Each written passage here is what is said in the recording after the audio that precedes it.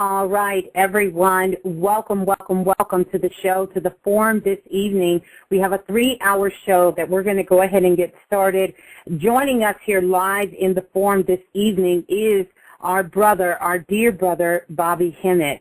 Some will say he is the modern-day Nostradamus, but we definitely know that this God has some very powerful information that he's going to be bringing and sharing with us tonight. A very, very spiritual night that's going to be going on right here in the remix. So please, everyone, let's give a very, very warm welcome to our brother Bobby Hemmitt.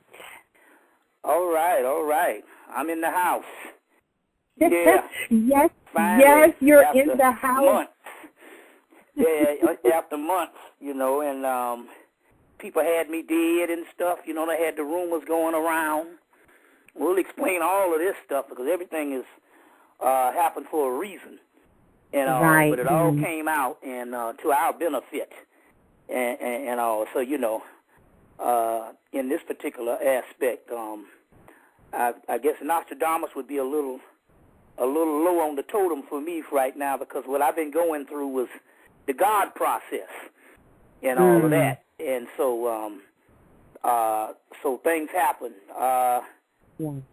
So glad to be back. Like I said, this is the first time I did anything this year on Blog Talk, and I did very little lectures actually this year, not by my doing, but by the spirit world. And a lot of people, when I say, well, the spirit tell me I can't do this or I don't do this, a lot of people can't understand, but that's how you get the benefit. When the Spirit's telling you not to do something, that's how you get the benefit. Take case in point. On the 8th of January, which was Elvis Presley's birthday, we said, wow, Elvis. Well, it's interesting here. Anytime the Racist History Channel come on and tell you that Elvis was a black man, then he's black, because they're not going to do that. You see what I'm saying? They put very little black history on there. So when they came in and said that he was a part of a tri-racial people called the Melungeons, then he's black. And they named Abraham Lincoln and, Ava Gardner. But we'd done the research on Abraham Lincoln and that whole, those so many black presidents and stuff. That's the research been coming out since the 70s. But so they told me what had happened was early that morning, I woke up and I turned on CNN, and CNN had an article. Well, they had a thing that had the guy, Dr. Sanjay Gupta, was talking about an article that was broken, I think, from the Washington Times, that they had done research, and they said that black people who stayed further away from the equator, which is talking about, the equator being in Africa, the people that stayed further away from the warmer climates and stuff was coming down with more heart attacks. And they said because for some reason they don't produce enough vitamin E. So as a result, now I saw that morning, went to see a movie called Daybreakers, and they was talking about the vitamin E in the Daybreakers movie. So in the theater, they told me, they came to me in the theater because the movie had all kind of stuff. It's a movie to be studied because it dealt with all types of stuff, and they was dealing with melanin. I mean, so many words. Any kind of research on the blood is basically melanin. And so the spirits came through and said, when you go home, take down everything off the website. No Facebook, no MySpace. Take it off the website. Now, so I don't argue and stuff because I know there's a reason for certain things. So then the 13th, so that was the 8th. The 12th, Haiti hit. The earthquake in Haiti. The next day was my mother's birthday, on the 13th. On the 11th, we went to some a regular black thrift shop in the black community, and I go through there to find types of rare things. Every now and then some stuff will show up, but highly unlikely a Venezuelan statue would show up, which is Marie Leonza riding a horse, a naked Indian, Native American riding a horse. And Maria Leonza showed up, and I bought the statue. Then come to find out that Venezuela also got hit by an earthquake. They sure you see what I'm did. saying? Yeah. Got hit by an earthquake. So there's certain things that started to correspond. And so what we're going to do is I'm going to go through a chronology of what led up to now. And what went through, and then I have to explain several reasons why I had to go and be on hand to assist certain amount of people. So therefore, assist certain amount of people. So this all started. It all started in the fall of the year when they was doing the swine flu vaccines, and then we come to find out that the whole concept, and I think I talked about it, how the swine was connected to the part of the judgment scene, and the pig in the judgment scene of the Book of the Dead, Book of Coming Forth by Day. So what happened was when the whole swine flu thing broke out and stuff, and this whole swine thing came up, we knew that it was significant, but we found out it was significant because that was the area of the Book of Gates, which is called the Book of the Underworld in the Egyptian Book of the Dead. That was the part of there where they basically, to transform the souls, they have to beat the swine out of the souls, or they have to chase the negative karma or negative energy into the swine. So they beat this negative energy into the swine, and this is what they do when people go crazy or get sick. In what we call the Twa people, you call the pygmy.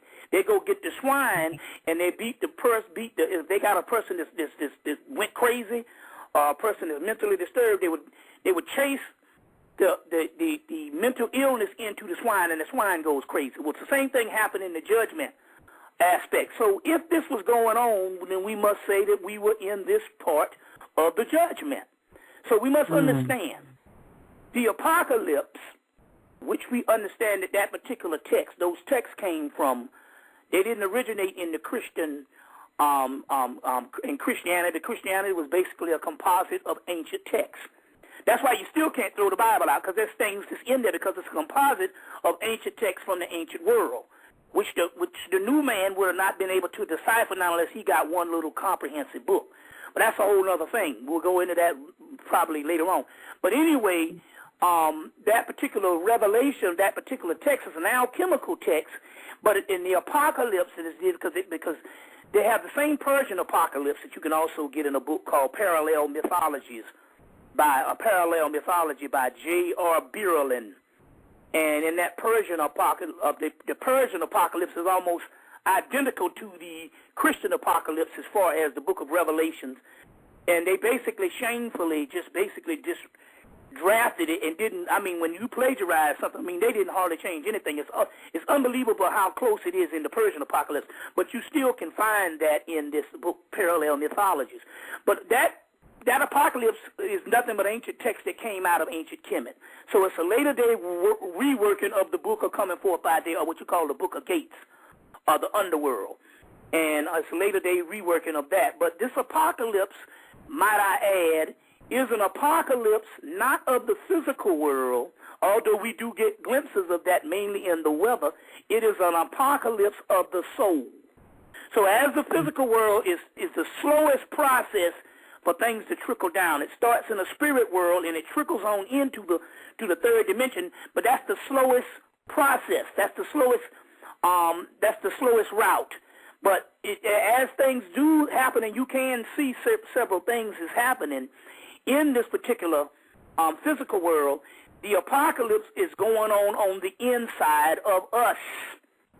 Mm-hmm. Number one first rule of metaphysics is anything that you read, apply it to the inner workings of the body. There's the outer universe and there's the inner universe, and the inner universe is the real universe. You see what I'm saying? So this apocalypse is going on the inside of us. So now what we need people to do is pay close attention as we deal with this particular chronology. And so I might add, because I did a lecture in South Carolina. One brother drove up to see me, I think from Savannah, and he called later on. I think the next day. He said, I believe you held back a little bit on him. And I was like, no, I brought advanced information. But the problem here is you're not you're not used to going to these lectures, and you probably was introduced to me about, on Blog Talk or on the YouTube. I said, but there's a problem here is, unfortunately, when it comes to our people, we have been trained that when we hear a person talking before us, we have been trained in entertainment. So the preacher is the earliest form of when we get the type of commentary that would later on be something as a lecture that you would have now. It was the preacher, and the preacher has to entertain. How else can you tell the same story for 50 years and keep those people loyal?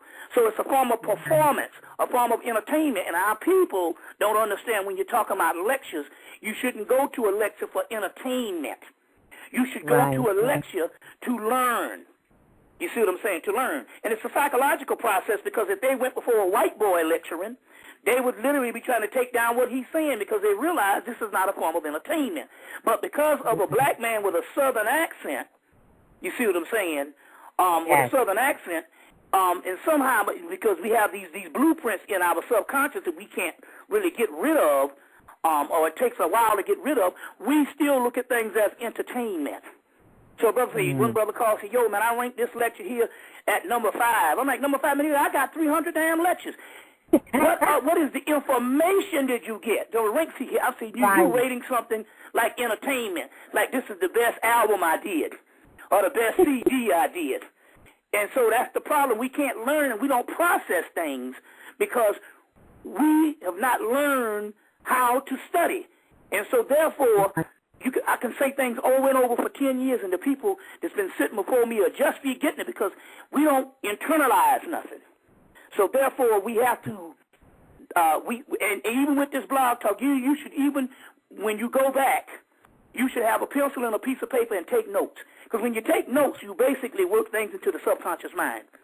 You see what I'm saying? Right. Luckily, you can reboot this back up and hear it over and over again. But, over and over again. And all the people that was a part of the lectures that we did for the last 18 years, because it'll be 18 years this, June 27th, when I started lecturing, June 27th, 1992. Those particular people that used to go on lectures, they come with pencil and notebook. So therefore, we got to teach the people and all and this is knowledge. So do not look at this as entertainment. You see what I'm saying? As entertainment, and that way you can internalize what's going on. Now, first of all, I want to say that a certain incident happened. The brother Shabazz, that was credited for bringing me to New York between the time of 2003 to 2005. The brother Shabazz called and said he sent me something in the mail. And then when it arrived, it was a DVD. He basically called me every day, twice a day, to see that I look at the DVD. And I finally looked at the DVD, and it is it's called Dirty, the official story of Old Dirty Bastard. And so after I watched the DVD, I realized what it was. I realized why he wanted me to see this DVD. And then it got a little further than that. The vigorous attempt to call me twice a day to make sure that this thing got on, I said, okay then. This was actually ODB trying to summons me at this particular time, because he wanted the same type of eulogy or the same type of thing that happened with Michael Jackson that me and Panic did, I think 3 days after Michael Jackson's death. So that's what we realized when I watched the DVD. I realized this was a summons, because it was highly misunderstood, and there's a whole metaphysical meaning behind that, and this whole thing all came about when we tapped into some deities that is on the scene now from China called the 8 Immortals. We're going to get into that later on. But the 8 Immortals is also, you have the 8 Immortals, you got the 9 members of the Wu-Tang clan, and the 9th member, which is the dead man, Osiris, which he started calling himself, represents that other realm. So nevertheless, we decided to do, I don't want to say a eulogy, I want to say a resurrection. Or an empowerment of ODB. And fortunately, we have the person to do that for the simple fact now. I don't want to sound like Jesse Jackson or somebody saying, nigga, you just talk about every damn thing. My introduction of rap is Sugar Hill Gang came out my senior year in high school. And I followed that up until all the way to the conscious rap, you know, from everything from Run DMC on going on into the conscious rap with, you know, with Public Enemy, KRS-One, X-Clan and all of that. And right at the time that the Wu-Tang Clan started coming out was right at the same time I started lecturing. So as a result, a lot of my attention fell into other areas and all. And although I heard it as a soundtrack and a backdrop, I wasn't privy to ODB in the aspect of this, on the particular aspect that I could do the proper send away. In this particular case, this would have to be left up to Panic for the simple fact that, number one, he's from Brooklyn, and New York, and number one, he was a part of the industry. You see what I'm saying? And he was a part of the industry and stuff. So as a result, when is this, next Friday? Yes. Next Friday. Yeah. The next show? Mm-hmm. Yes. Yes. The next show, he's going to send the brother home. You see what I'm saying? The resurrection. So you all be sure to tune into that. Right. So and let me, if I can, Brother Bobby, I want to put that out and make sure everybody is clear, because a couple people are asking questions. Yes. Next Friday, Brother Panic is going to come on, so we're going to continue this sort of resurrection. Brother Bobby Hemmitt, you're going to do it, and Brother Panic is going to come on next Friday and continue the resurrection of ODB, of the Wu-Tang. And so we'll get the information. Brother Bobby's going to drop that for us. That's what we're going through now. So, yes, powerful stuff, yes. So we'll mention the 80 models. We'll give you the information. We'll give you the bibliography and stuff, and find out what this era is in and why this transmission of this contact came, so that we can do the brother right. And I implore you also to get the DVD, Dirty, the official story of ODB. So going right along, but remember now, bring your attention to that next week. You see what I'm saying? The end of the week with Brother Panic, you know, so we can do this the right way. All right. So going on, let me take you through this particular chronology, because you know time can slip by real fast. Yes, and I'm taking you through this particular chronology. First, it started with the swine, and we knew that we was in the part of the Book of the Dead, or that particular part of the Apocalypse, or that particular part of the underworld, or what we would also call the resurrection. Next, on 12/12, I went to Birmingham, Alabama, and the people can get the past shows. I went to Birmingham, Alabama, and we resurrected the 4 girls that was in the church. They got blew up in 1964. We resurrected those particular sisters. And when I didn't know that this was what I was going to do, I thought I was going for a lecture. But it was reminded me with my queen that we had also had 4 goddesses that were found in King Tut's tomb.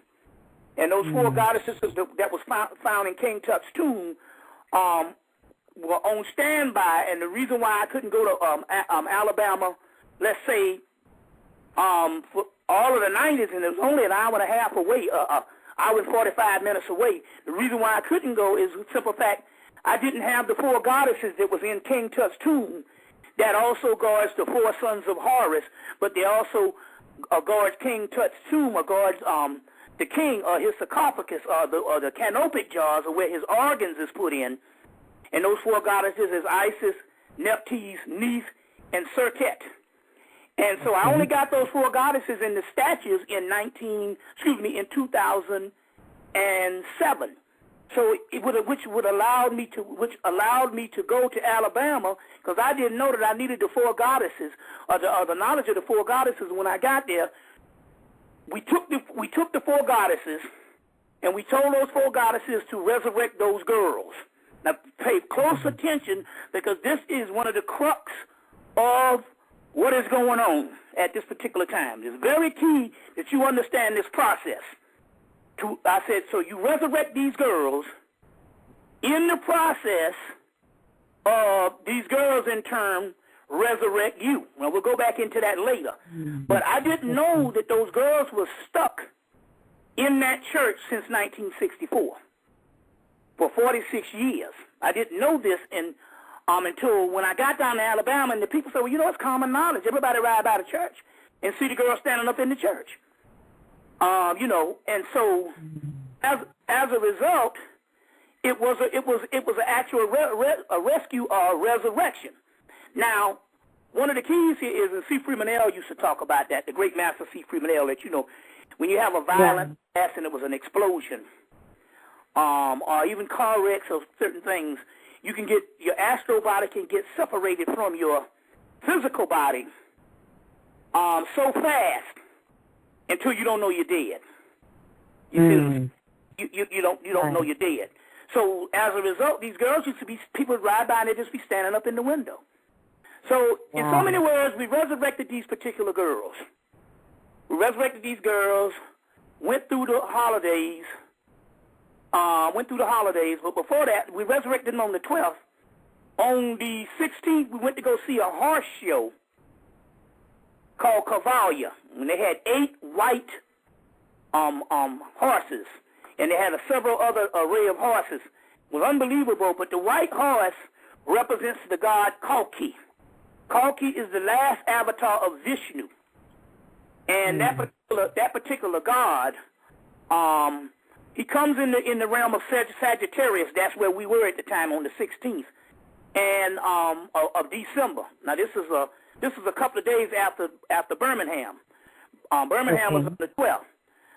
And so Kalki is the god of resurrection. Now that's very key, because when I go into some other things, a certain thing happened to me that in turn has a lot to do with the god Kalki. Kalki, he's called Kalki in India. It's the last resurrection of Vishnu, Vishnu being the Christ figure, the Horus figure of India. The last resurrection is the god Kalki. In the Buddhist manifestation of Buddha, the last manifestation of the Buddhist system is Lord Maitreya, same entity. And he's called several things, so that same last manifestation is also different forms of Horus and different forms of deities that is to come. So that Lord Maitreya information. So the god Kalki, the white horse, represented Kalki. Now it's interesting because it was a guy that came from India in 2008 he came from India to America, to Atlanta, when I was in London. And he came to bring the information of the god Kalki, because it said it was a prophecy in their system that they would have to come to the West and bring the information of the knowledge to Kalki to the African Americans. So when you had that Cavalia horse show with something like, 5 to 6 or 8 white horses come to Atlanta, it also represented the rise of Kalki. It was very key. So moving right along. Right. The resurrection of the four sisters, which is also the resurrection of the 4 goddesses. Now, the day that those particular sisters was resurrected in Birmingham, Alabama, the movie The Princess and the Frog came out. Now, it's a deadly thing to turn the black woman into the frog, because when they turned her into the frog, that represents the goddess Hecate. And the goddess Hecate is this particular frog-head deity in in Egypt. And her job, now check this out, her job is to turn the old goddesses into the new goddesses. Now, very key, what we're talking about here, because this is very key, what we're talking about here, is when we go into this stuff, we're going to follow this stuff right up to this particular hour, because there's been some transformation that happened. So now, her job was to turn the old goddesses into new goddesses, and that's what happened. Remember I told the goddesses, I say, come and resurrect these girls, and they in turn will resurrect you. And that's an alchemical process. Remember I talked about that the angelic host came in last year in 2009, and I said the angelic host is coming through, and they need our light to resurrect them because they are all deities.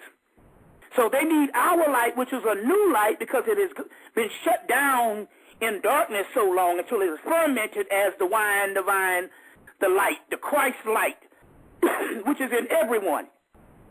So so I said they in turn, those particular angelic hosts, need our light to be resurrected. And as a result, in a symbiotic relationship, they resurrect us. Now remember, angels and gods, some civilization call them angels, some civilization call them gods. They're all the same. Now, moving right along. So, those new deities, those new girls, and the goddesses were mobbed together as a resurrection. As a result, they raised up the four sons of Horus, which is the four winds, and all that bad weather we had up north, even had some snow twice down here in Atlanta. All that bad weather we had this year was those rising of the four sons of Horus, which leads us to the new year. So the first thing happens on the 8th, they tell me to shut down the website. Shut down the website and people freak, you know. Yes, they did, Brother Bobby. So we, and so to shut down the website, and then the whole Haitian thing, and then all of a sudden, but one of the blizzards that happened in December canceled my lecture in Baltimore. So that lecture had to be rescheduled. It had to be rescheduled for January the 16th, which is a couple of days after the Haiti incident. So now, moving to that, this is one of the keys. So we go into January 16th.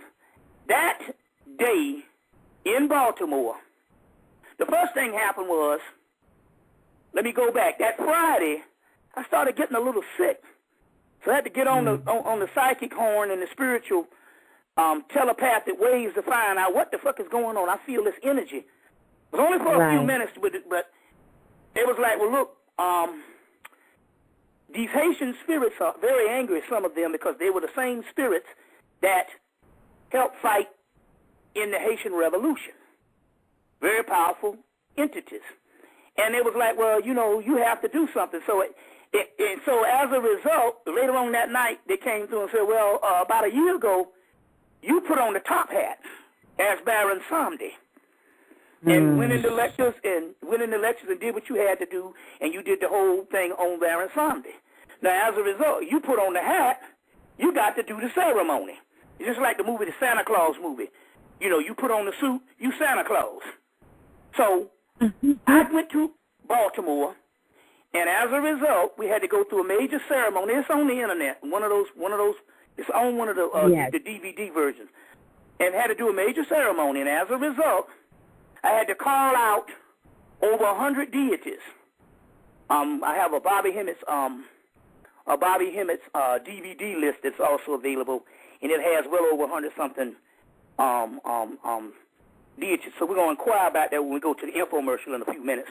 But anyway, so as a result, I had to call out the major deities with the top hat, and all of the fixings, had the Haitian music, had all of this.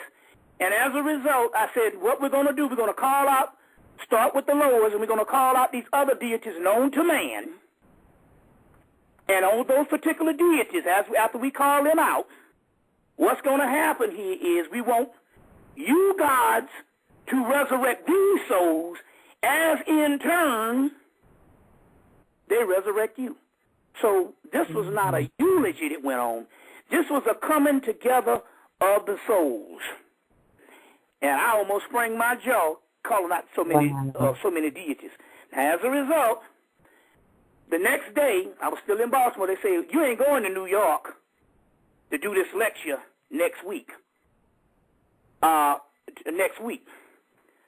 And I said, oh, yeah, well, okay then. And as a result, Baba Nu calls and said they got some discrepancy. They had a little feud between him and the sister, what have you, and that was my key to say, we're going to scrap that. You see what I'm saying? Right. Because I knew then that the Spirit, they told me as, you know, in the day before I was supposed to fly out, they told me, you know, no, you're not. So as a result, we had to shut that down. So as a result, they said, well, you know, you're going to have to take a little break. You're not going to do no lectures for the next couple of months. Now, so it's the same thing as they shutting down the actual website or what have you, the website. I said, well, you were saying it's so obvious there's something that's happening. So let me explain what this whole ordeal was, why I couldn't go and do something after the Baltimore lecture. After the Baron Sound incident, and we put those particular souls and mauled those souls with those gods and the souls to come. But we not only mauled those souls, the Haitian souls, we had to do Katrina, Rwanda, and the tsunami people. So as a result, not only did we have to do all that, what happened was, when a person makes the transition, they have to go through a 49-day period of what is called the Bordeaux period. And the Bordeaux period is a 49-day period where they go through the process of turning into what they're going to turn into. In this particular case, it was a very delicate thing because they were turning into gods. So that's the beautiful part about all the souls that had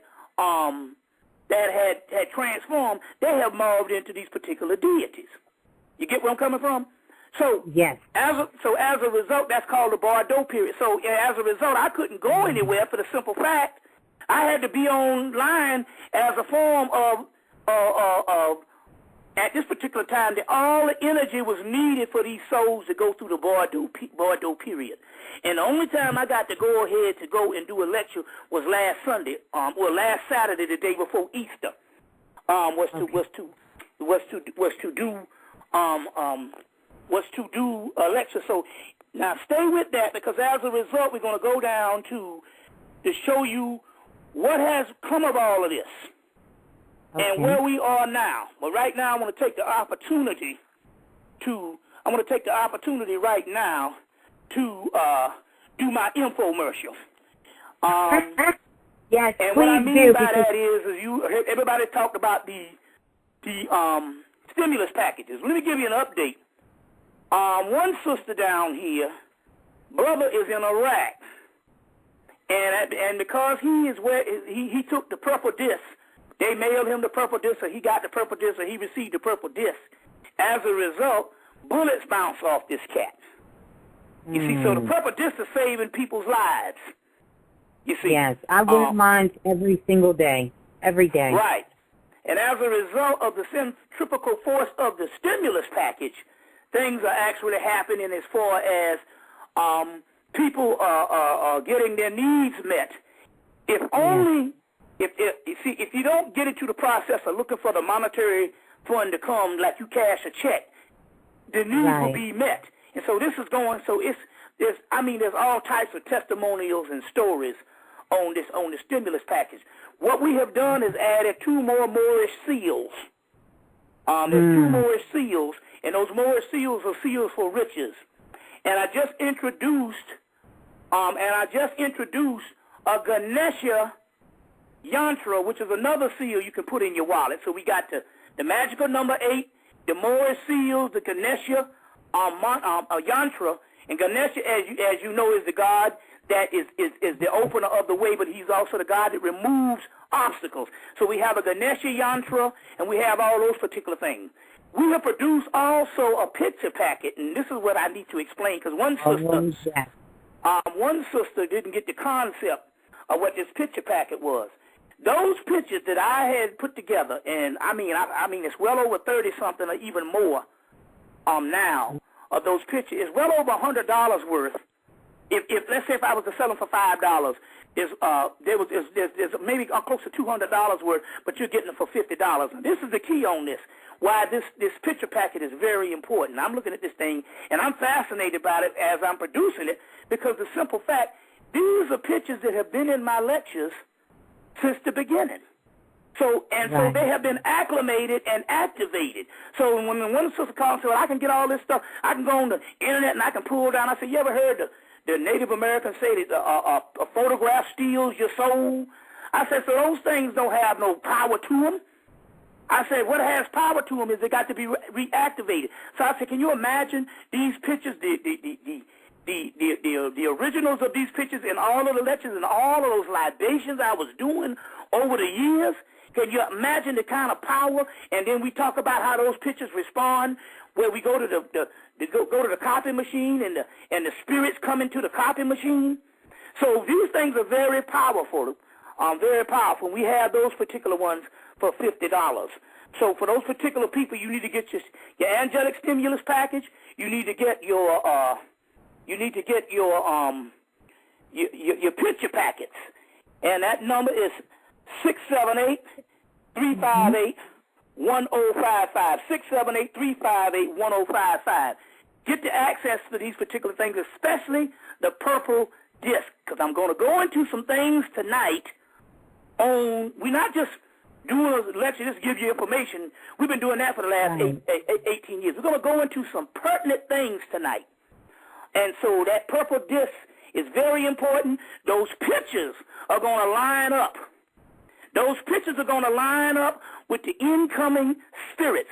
What they didn't realize is those particular spirits, when they resurrected those spirits, or when I was allowed also to help in the resurrection of those particular spirits, is those spirits are very powerful right now.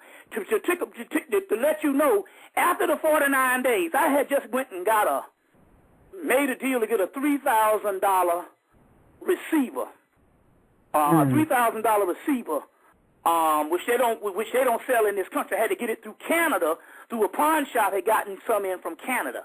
So I made some deals. It was $3,000, but used, they had it down to like $7. Then I had to go turn in a receiver, and I had to make some deals, and I probably got it at $5. Brought it home, had it 2 weeks, was playing some Haitian music, some Haitian voodoo music, and as a result, they came in and blew the receiver up. A receiver with 5,000 watts blew it up. So what happened was I went back down to the pawn shop. They had another one. It was $1,200, but what it was the same receiver that was $3,000. When stuff first, like when the big screen TV first came in, it was like $5,000. So so when this one first came in the late, like 97, it was like $3,000. This is a later model, let's say the mid-2000s, and so it's the same receiver, but it's an upgraded one, and it was $1,200. So because as time go on, technology price go down. So in so many words, the one that I have for $3,000 wasn't as good as the one I had to go back and get, because it was an upgraded model. The key here is the Spirit said, look, that's why we blew the receiver up, because we knew there was another one down there. We go, he can go back and get that one. But just to show the power of those energies, they blew that receiver up. And so they was just showing. So this might not seem like nothing, but just hold on as we go on. You all right? Yes, okay. yes. I want to jump in really quick, Brother Bobby. Yes. A couple of people are asking again. You guys, for CDs, DVDs, you guys are hitting me up wanting to know about how to get CDs. Maybe you're watching portions of it on YouTube. Most of the DVDs you watch on Blog Talk, on YouTube is just snippets. We sell the uncut versions from the same number, 678-358-1055. And we sell the same ones, and those DVDs are 6 hours long. The ones from the 90s are 7 and 8 hours long. The ones in the 2000s, it wasn't that I was getting older and we had to settle it at 6. It's just sometimes we have to talk so they don't throw us out of the building. Otherwise, I'd be there all night. And then it started getting to the point where I was out talking to the audience, and the audience was batting their eyes in a stupor, because once I amp up with them when you see me do those libations, I'm actually amping up. And yes, so that might last for 12 hours. So I just had to cut it down in the 2000s to like roughly at 6 hours because the audience couldn't take the length, or they're going to throw us out because of the time, you know. But anyway, but nevertheless, the majority of them are 6 hours to 8 hours and 7 hours long. The minimum is about 5 hours. Then you have your sit-downs. You know, when you have your sit-downs, what you call interviews, those can be anywhere from 2, 3, 4 hours. But they can get those at that number. Yes. So make sure, you guys, this is a way you guys want to know how you can support Brother Bobby and the work that he's doing. I will tell you guys, I have the picture packet, and no lie, the day that I got the picture, I had the African Venus that I really, really wanted. Brother Bobby sent that picture to me, and immediately she started really talking to me. I could really communicate, feel the energy off of it. The pictures are off the hook. Definitely my purple disc, I don't take it off. I have the stimulus check. That sure is, all of that is very powerful tools. 678-358-1055 as we continue with Brother Bobby live in the remix. And I'm your host, of course, Miss Bliss. All right, Brother Bobby, we're going to turn it back over to you. Okay, now I'm reporting a master Italian brother. You know, them Italians, them ain't nothing but spaghetti niggas. There's an Italian brother that died. His name was William Arbello. I think he died sometime in last September or something. He was a master of the occult. He's been doing stuff since the 1960s. William Arbello made the transition, but what happened was he had a documentary, or he had a series out, a tape out, or a DVD out called Get Rich Quick Spells. And this guy's a master, which means he will show you how to do things in getting household products out of your kitchen to bring in money and finances. So that particular brother, once he made the transition, he came to me about 2 weeks ago and said, you know, we need to get that particular information out as far as the Get Rich Quick information, and that particular monumental DVD on Get Rich Quick. Unbelievable information on how to use just basic things around your house and different things you can do to bring in loads of cash. So the Get Rich Quick aspect is William Arbello. So please inquire when you make your phone calls about that information and that particular DVD also. Yes. Now, I remember I told you about, first of all, I want to say this. I talked about this before the Christmas break, about we was waiting on this woman's book, The Immortal Cells of Henrietta Lacks. Yes. This book, it ended up coming out as The Immortal Life of Henrietta Lacks by Rebecca Skloot. That's S-K-L-O-O-T. Yes. Yes, Rebecca Skloot. And it's called The Immortal Life of Henrietta Lacks. And Henrietta Lacks is a person that they took her cells from her and used those cells for every form of research. They grow the cells in the lab, Johns Hopkins. Yeah. And it says the doctors took her cells without asking. These cells never died. And they launched a medical revolution and a multi-million-dollar industry. More than 20 years later, their children found out, and their lives have never been the same. So let me give you an update on that. Is the woman, Rebecca Skloot, or whatever that is, Skloot, this woman, she said that when she was in college and she heard mention of them taking this black woman's cells and growing them in a lab and also using them for all of this particular research, and she said she never forgot it. And as a result, years later, she's written this particular book, The Immortal Life of Henrietta Lacks, and it's a #1 bestseller on the New York Times. Now, and it was years later that the children found out. Now, one of the keys is this. What was the outcome of this? The children found out later, and now they have this particular, they put in something years after they took her cells that you can't sue the hospital or you can't get any money for the doggone research. So they did that to cover their behinds. And so, as a result, so the lady came to speak about 2 weeks ago here in Atlanta. So the sister Kimberly said, well, what I'm going to do is I'm going to raise the question, because she came to speak at Emory, well, why don't you use some of the proceeds to the book, because the book is #1 bestseller, New York Times, to help the family. To help the family, since the hospital had this thing that said that they can't sue or they can't get any money. So she ended up not going to the actual lecture. Something, I don't know what happened. But one of her colleagues did go.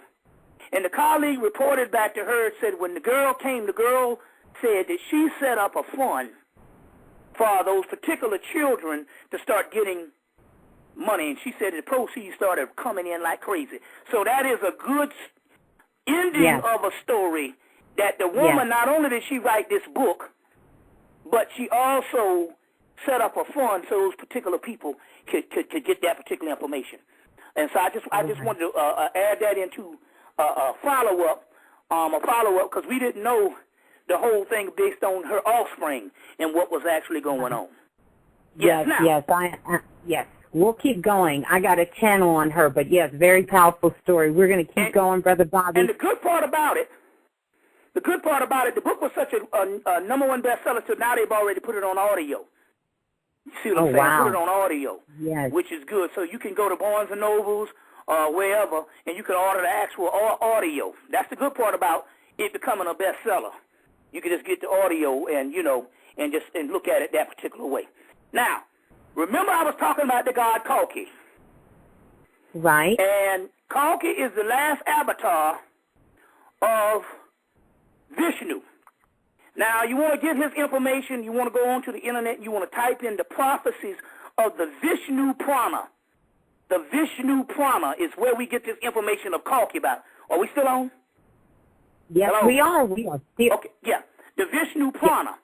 Now, they give all these prophecies and basically every prophecy that they're giving when Kalki is to come back. And these are force fields.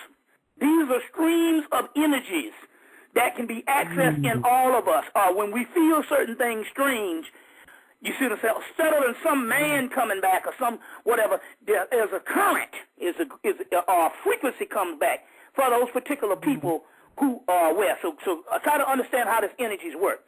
So one of the things when the Kalki energy comes back is basically everything that's going on now, all the corrupt and the banks and everything that's going on in the world, nature being messed up, is in the Vishnu Pranas of what would happen. So they got the actual prophecies of how the world would be like when this particular last avatar of Vishnu. Vishnu being the Christ energy being a form of the pineal gland and the Kundalini energy. Know this.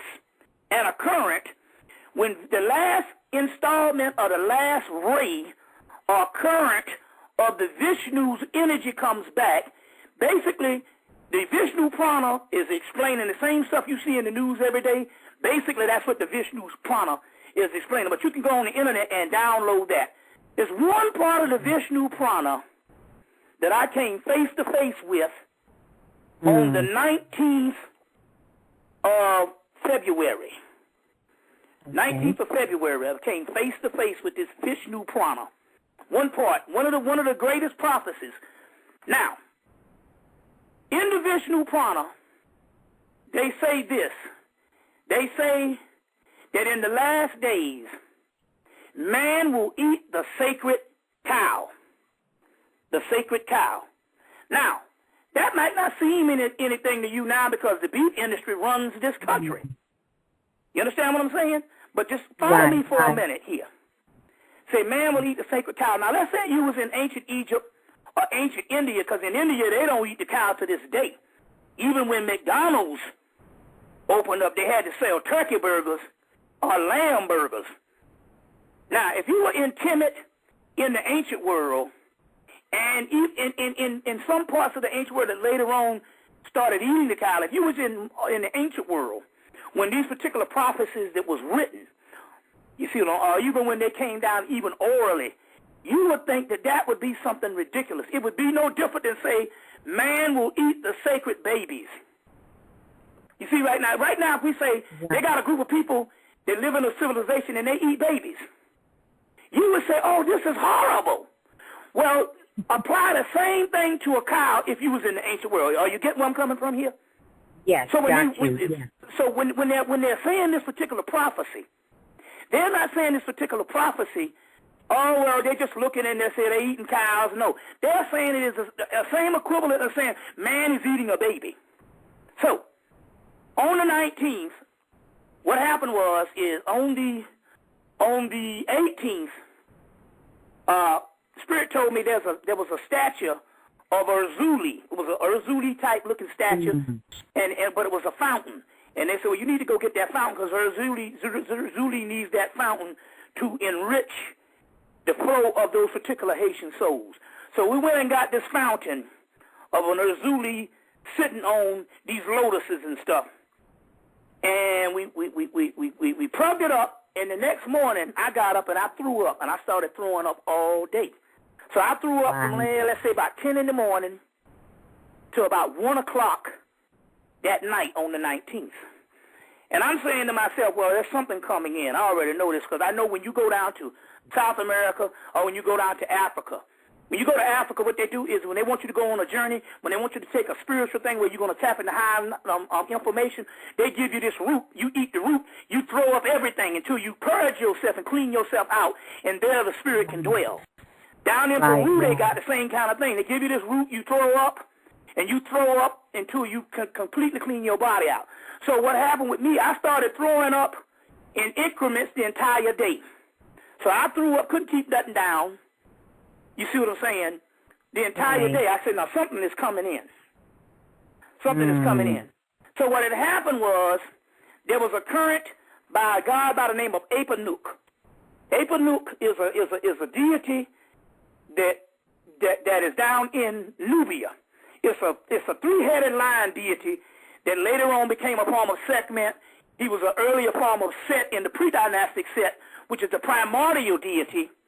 And he also is an early form of Ogun and stuff, of Ogun. So this Apanu energy started coming through, and I said, yeah, he would also be a form of Ra Heruka Hudi, or if you're in the Crawley system, Ra Har-Kuit, which is the 3rd chapter of the Book of Law, when they talk about Ra Har-Kuit will arise at the fall of the great equinox, when the double-wanded one will rise, Ra Heruka Hudi, or Ra Har-Kuit, and bring fresh suva from the skies. Now you pay close attention, because when we get on into this, we're getting ready to break this thing down.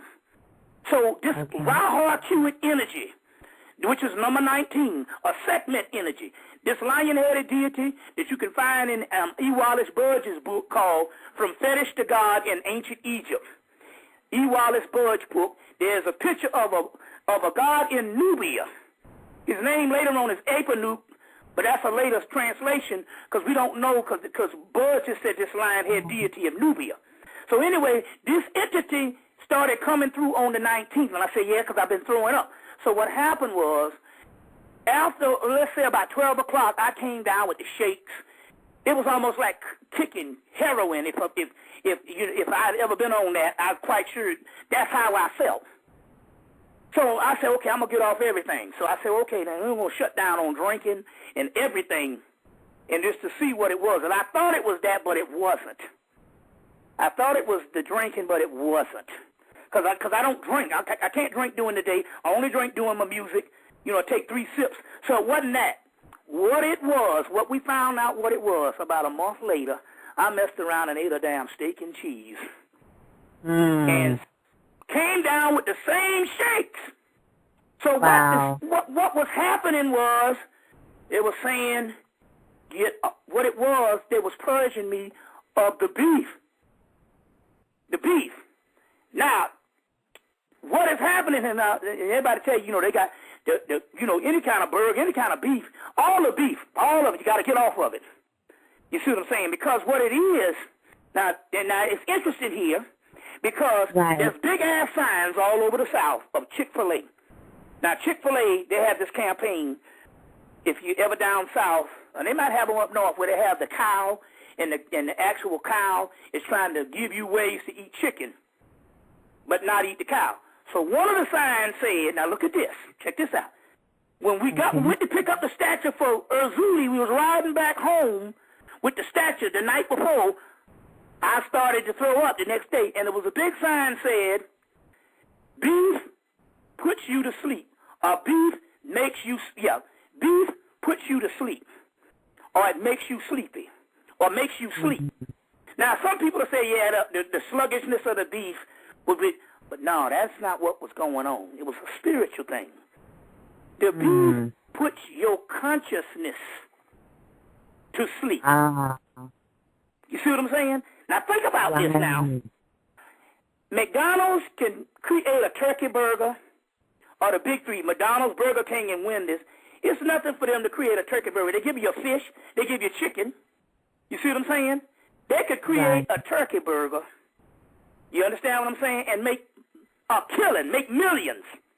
But the beef industry won't allow that, or the government won't allow that. Right. You understand where I'm coming from here? Now, yes, you can get turkey burgers from all things, but the big three, you see what I'm saying? They won't allow that. You see what I'm saying? Because the beef keeps the people's consciousness asleep, eating Heru's body. You see what I'm saying? So when the Vishnu Prana is saying that, the Vishnu Prana is saying in the last days man will eat the sacred beef, the sacred cow. Now you got to understand something how powerful this is. Do you know one of the resurrections, and when they dug up King Tut's tomb, there's some stuff that they got off his sarcophagus. In the hieroglyphics, there's a book called the Book of the Divine Cow. A lot of people have never seen it because it costs you $300 to get the book that is translated. In 1996, I went into right before these white boys got the internet, I went into a bookstore, and I ended up buying the book for $25. But the book costs about $300 now. It costs about that. But in that particular book, they got a section of the Divine Cow. There's a portion of, let's say, these texts that come from the Apocalypse stuff. They got, in ancient Egypt, a part of that Apocalypse era, these apocalyptic type texts. One of them is called the Book of the Divine Cow. So now the Divine Cow is not only Hathor, the Divine Cow is also the Milky Way. You see? And you remember now the Milky Way formed a perfect DNA spiral a couple of years ago.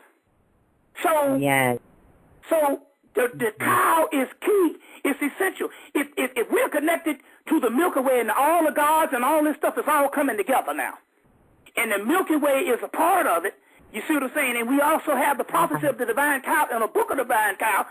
What better way to keep people asleep than to feed them the cow? You see what I'm saying? Yes. And America being number one at the forefront of all the steaks and all this type of stuff. You see what I'm saying? And the ground beef, which it takes. The ground beef is coming from, it might be 3 or 4 scraps from 3 or 4 different companies that they put the ground in one ground beef. And that ain't talking about all the hormones and all the other stuff, but the point I'm trying, and also the cows, knowing they're going to die, get depressed. You see what I'm saying? But nevertheless, it shuts the consciousness down. So whenever this particular entity current came through and I started throwing up, what it was is it was purging me of the cow. You see what I'm saying? People talk about the pork. No, the cow. The pork is bad enough. That's a whole other story. But the divine cow, Heru. You see what I'm saying? You see. And so it's interesting because, you know, in the Moses thing with the golden calf, that's nothing but retold versions of the scripts that came from the Book of Divine Cow, which we now have. Here's another book I want to give to people. It's a book called, I just found this about a month ago. It's a book called The Dictionary of Deities and Demons in the Bible. Now, if anybody's seen any of my early tapes, the ones I used to do in the 90s, I used to have an internet piece. No, I used to have a piece that came out of a book from the University of Michigan that a brother used to go up to Michigan and copy all this stuff, go into the libraries of the University of Michigan and copy all this stuff. And he copied an internet piece of a group of Egyptologists that showed Osiris in the Bible 13 times. And I used to go to these names, Wussar, Usar, and all that. And I said, man, that would be nice if I could get a damn book, a whole book that would show all these particular deities. Right. And their different names in the Bible. You see what I'm saying? Because our people, now we into that Bible, so don't fool yourself. So anyway, I was blessed to find a book. It's called The Dictionary of Deities and Demons in the Bible by Karen. That's Karel. Carol, Karel. Her middle name is Van, V-A-N. Then the next name is D-E-R, Van Door. So it's separate Van. Then D-E-R is separate. And the last name is Torin, T-O-O-R-N. Karen Van der Toren. And spell it again, Karel, V-A-N, then D-E-R, then T-O-O-R-N, Torin. And there's other authors. I'm just giving you the first one because it's about 4 authors. And it's in this book, it's edited, and this book has people, colleges, and contributors from around the world, and the list of contributors take up 3 pages. Or 4 pages. That's how much stuff. So let's say if you want to look up Isis, they'll say, well, go to so-and-so, the book of Numbers, and so-and-so. Her name is Rabasuna or something. They'll give you the biblical name. Okay. You see what I'm saying? So you'll know that's Isis. They have everybody in here. Horus, Aset, but they'll have stuff like Hercules. Well, Hercules and Samson is the same. I already knew that. But we also know that that's all Samson is a form of Raheru Kahuti, the god of war. So they'll give you Hercules, Samson. Then they'll give you all the demon stuff, all the Beelzebub, Azazel, different. So they'll give you all of these deities in the Bible. So I wanted to put to enter that in, for the people. Okay, moving right along. What's our time? Our time is looking real good. We're just at the top. It looks like at the top of the hour. We still have an hour and 48 minutes left to go. It's up to you. What That's great. You let me know what you want to do. Yes. Okay, that's great. Now, I want to say this. Do you know, when I was doing it, let you know that this stuff was all tied together. When I was doing the lecture with the top hat on in Baltimore, resurrecting those spirits and putting those spirits, you see, this is not a Bobby Hemmitt deal. No, they told me what to do. You see what I'm saying? Right. They told me what to do, just like when they told me to get off the internet. You see. Which was good for us because the people panicked and started calling that number. That's the only way they can get in contact with us. And then they start selling their asses them stimulus packages. So that was a plus. But anyway, so what happened was the night that I did the actual lecture on the 16th, where I'm doing the ceremony, that same night in Birmingham, Alabama, on the 16th, 4 college girls went into a hotel. The janitor was burning incense and the hotel caught on fire. Everybody made it out. These 4 girls went into the closet because it was a motel. Wow. These 4 girls, now anybody can get out of a damn motel. Shit, just walk out the front door. But these 4 girls went into a closet and huddled together and burnt up in a closet. Just like so it was almost like the first one was the 4 younger girls. These were 4 older girls, but I think what it was is they wanted to get on the highway with those Haitian spirits, and so that was their time. That was their time to do that. You see? Yes. Yeah, that was their time to do that. So now let's see here. Let me see here. Let me see. Okay. I also want to give another book. I want to give another book out because I gave the Dictionary of Ancient Deities. Yes. By Patricia Turner and Charles Russell Carter. Told people to get that book. I also gave, I told you about the new book, and the new book that I found, which is actually an old book, it just is new because I just found it not too long ago. Do you have the name of that book? Or let me see if I can find it. Oh, here it is. It's called the same people that put out the Dictionary of Ancient Deities put out another book called The Goddess in the World. It's called Goddesses in World Mythology.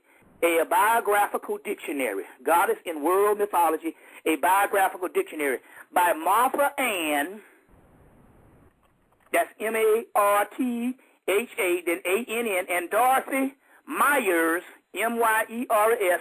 Her last name is Imel, I-M-E-L. So Linda Ann and Dorothy Myers Imel. This is a whole book about as big as the Dictionary of Ancient Deities, but it's completely on the goddesses. So it's called The Goddesses in World Mythology. And then I want to give out a book that I got to thank this sister that wrote this book. I guess I was waiting for this blog talk to come to introduce this book. Okay, now, some people know that you can go to botanicas.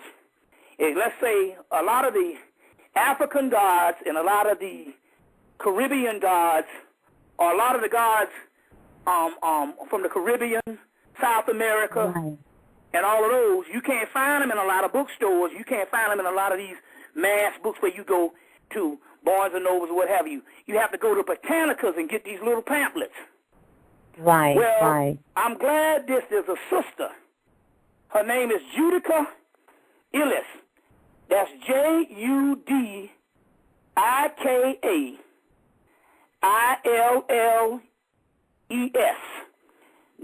Say that again. Her name is Judika Illes.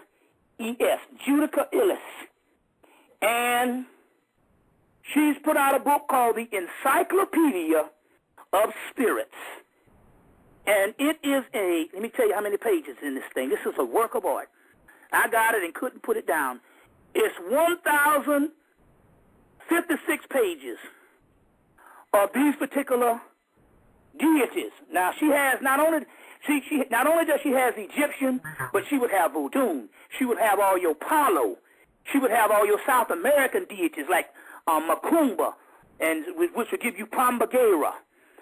So if you was like some of them say, if there were some deities and you can't find enough on them, you just go to this particular book. It's called The Encyclopedia of Spirits, the ultimate guide to the magic of fairies, genies, fairies, genies, demons, ghosts, gods, and goddesses, by Judika Illes. And Encyclopedia of Spirits is the name of this book. So what she has done, this sister, she had another one called Encyclopedia of Spells. But what she has done is she has gone through and she's taken all the stuff that's in these botanicals and she made an encyclopedia of it. And not only does she have an encyclopedia, not only does she have that, she tell you what these gods want. She tell you what they require. She tell you what they like, their colors, their foods, everything. It is a monumental work, and it's 1,056 pages, the Encyclopedia of Spirits. Wow. So I wanted to put that down. You all right? Thank you. Yes, yes, thank you. You need to get this particular book. You need to get that book. Now, this is interesting here because Sade put out the album Soldier of Love. Well, most people are saying they like the title one, but, they was like, well, the other stuff, but nevertheless, it went to number one. Now, it's interesting because a lot of people didn't pay attention to the poster. The first thing, because I'm riding around town and I'm seeing these pictures of her back turn, and I'm not a big Sade fan, but what happened was when I finally got up on close to see the actual picture, she's staring at the Mexican pyramids. And on the inside of it, she's dressed like the Maasai, which is saying Africa, from where we come, and the West, or where we end. You see what I'm saying? And it's ironic that the album went to number one. You see, the album went to number one. And if you look real close, when she's staring at the Mexican pyramids, there's either a hawk or an eagle flying by. So my point here is, and it came out right around the whole Haitian thing. You see what I'm saying? So my point here is that has a lot to do. It has a lot to do with stuff that's going on right now. But it's interesting, even to invoke the Mexican pyramids and to dress up as the African on the inside of the jacket. To do that, something, it must have had some power because the album did go to #1. And it's not the best album, it's not one of her best albums. But that Soldier of Love song was real strong with that military sound. Was very interesting. And all, yes. Yes. Okay. Yes, powerful. Powerful, yes. All right. Now, the other thing is I had a dream in this, and it was a dream of a symbol, a round symbol with lines through it. And I knew it had to be some type of Asian symbol. When I looked the symbol up, it was called the Shao. That's S-H-A-W, I think, the Shao, S-H-I-A. I'm going to go get the dictionary. And I looked this thing up, and it had the Shao on it. Now, first of all, when I woke up, I told them, I said, well, I had this dream of this symbol. And I said, I know that the symbol is in some of the books. I know that the symbol is in some of the dictionaries, some of the dictionaries of symbols. Now, there's one that you can get. It's called the Element Encyclopedia of Secret Signs and Symbols. Yes, Element I have Encyclopedia. Yes, I have that one. That is excellent. You can get them real cheap at Barnes & Noble. They sell them in their discount department for like $9. And so in there, it's by Adele, A-D-E-L-E. Last name is N-O-Z-E-D-A-R. And it's called the Element Encyclopedia of Secret Signs and Symbols. And so I went in there and I found this symbol that I had in the dream. And they said the symbol is a symbol of something that is called the Shao. And the Shao is a symbol of a god called Shao Hazing, Shao Hussein. Now, Shao Hussein is a member of 3 gods of happiness. 3 gods of happiness. One god he's the god of longevity. And he holds a peach in his hand, and come to find out that peach is, the symbol was a symbol ultimately of a peach, but it looks something like a rune type of a Qing symbol. But anyway, when it comes to the statue, it's a peach he holds. He's the god of longevity.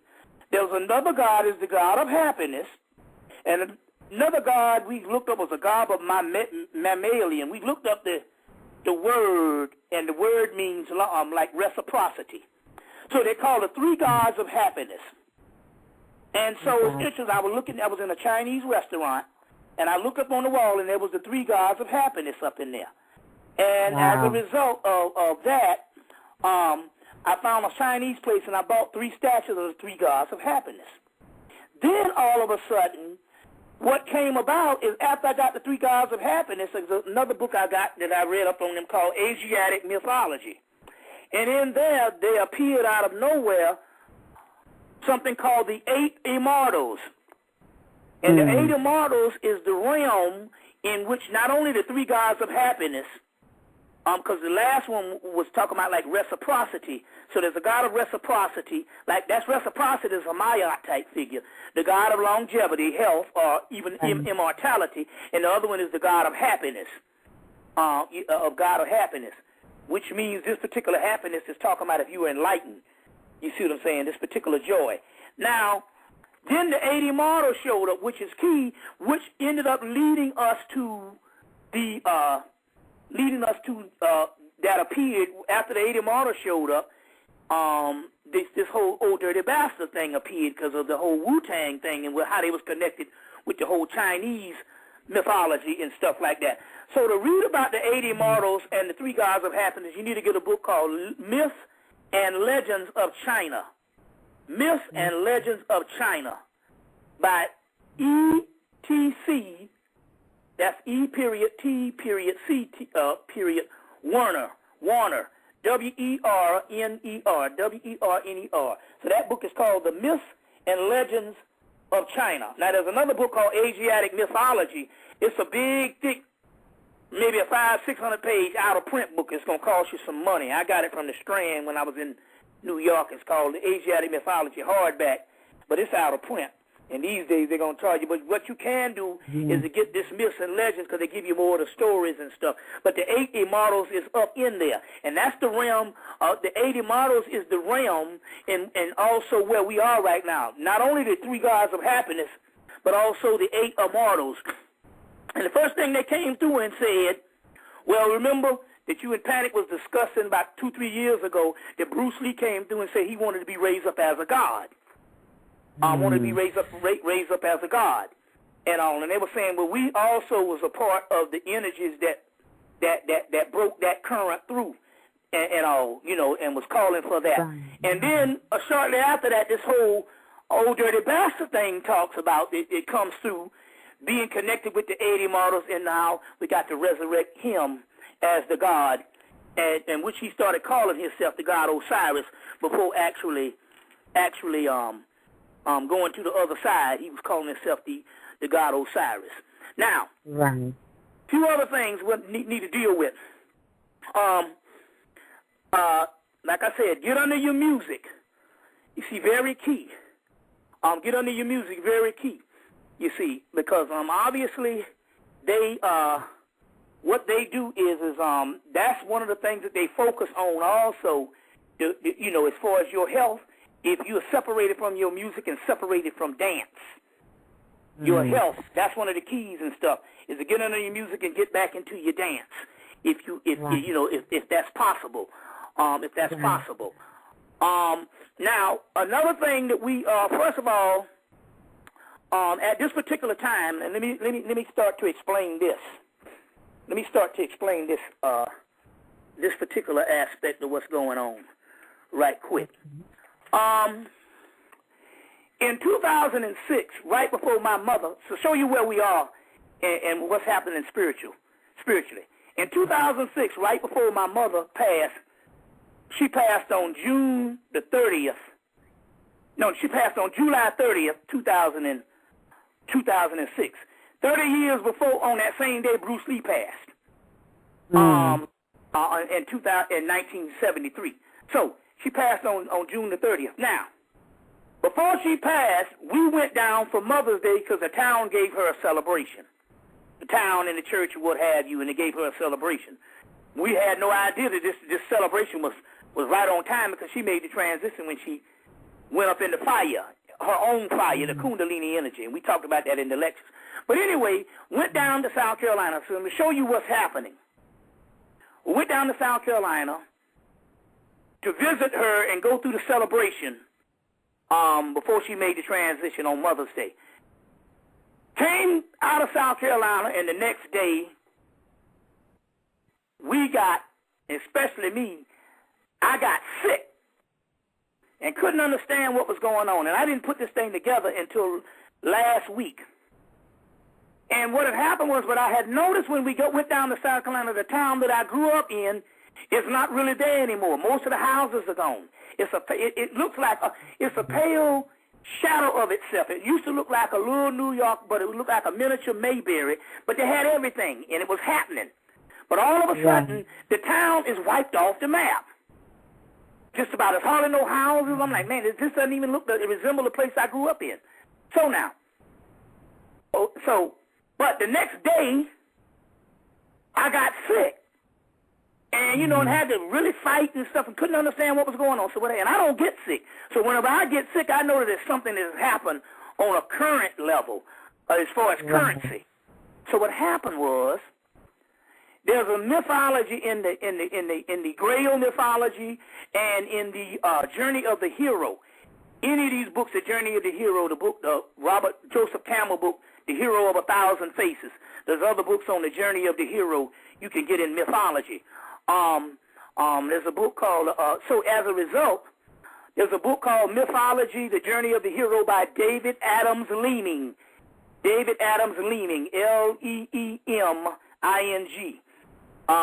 It's called, I think it's called Mythology, The Journey of the Hero, or something like that. So anyway, in the Journey of the Hero, when a person is taking a cosmic journey, he's taking a sacred journey where you're going through this particular information. All this knowledge that you're gaining is a part of your initiation. That's why it's not good to follow anybody right now because that person that you're following could be hindering your form of your own initiation. You got to find out what your path is. You can get information from them, but you can't follow them. You see what I'm saying? So we are all on this particular lecture we're doing tonight. Any of these blog talks is a form of people's initiation. People get quickened by coming in hearing this particular information. So in the hero's journey, one thing happens. When you cross a certain bridge, the bridge disappears from behind you. So it's the old saying, you can never go home. So what happens here is, especially the ones that's in the consciousness, you say, well, I know people that, go just stay home and they rich and stuff like that. No, we're talking about you particular people that's in a certain amount of consciousness. If you're on a certain initiation, you can't get off the path. You see what I'm saying? Yeah. So you can never go home. So what happens here is, whenever you go across the bridge and you completed that cycle, then what happens here is that bridge disappears from behind you. And where you are will set up an atmosphere conducive for you to still continue to grow spiritually, metaphysically. So what happened was when I went back, because what happened is that I hadn't gone back to Mullins in 10 years because my mother, before she passed, she would come up to Atlanta from South Carolina and stay 2 months, stay a month, stay a couple of weeks. And she did that for 10 years, so there wasn't no need for me to go back down to Mullins. For the simple fact was, you see, because she started coming up there, so as a result, I hadn't gone there from 1996 was the last time I was there until 2006 when I went back for the celebration. And as a result, what had happened was we went into a dimension that was not there anymore. Now, I need you to pay close attention. Like I say again, do not get into the entertainment part of this.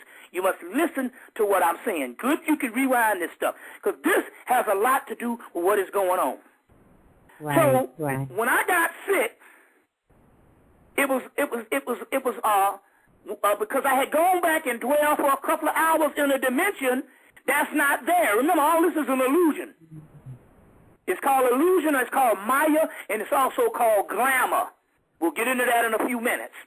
Now, so when I would dwell in that dimension for a couple of hours for my mother's celebration, and we left and got on the road to come back to Atlanta, the next day, for some reason, because I had gone into a dimension that didn't exist, it must have took all of my energy.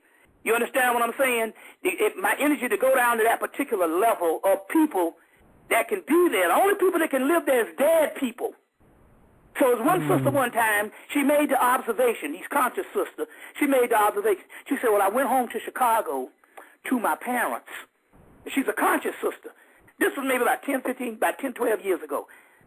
She said, I went home to Chicago for the Christmas holidays with my parents. And she said, what I had to do, and all my surroundings that weren't conscious, I had to suspend my consciousness and where I was and go back in that dead world. I literally had to die to be amongst them. That's why you don't go and try to teach them nothing. Let the dead lie with the dead. So it was the same concept of that particular town that wasn't there anymore. So what happened recently?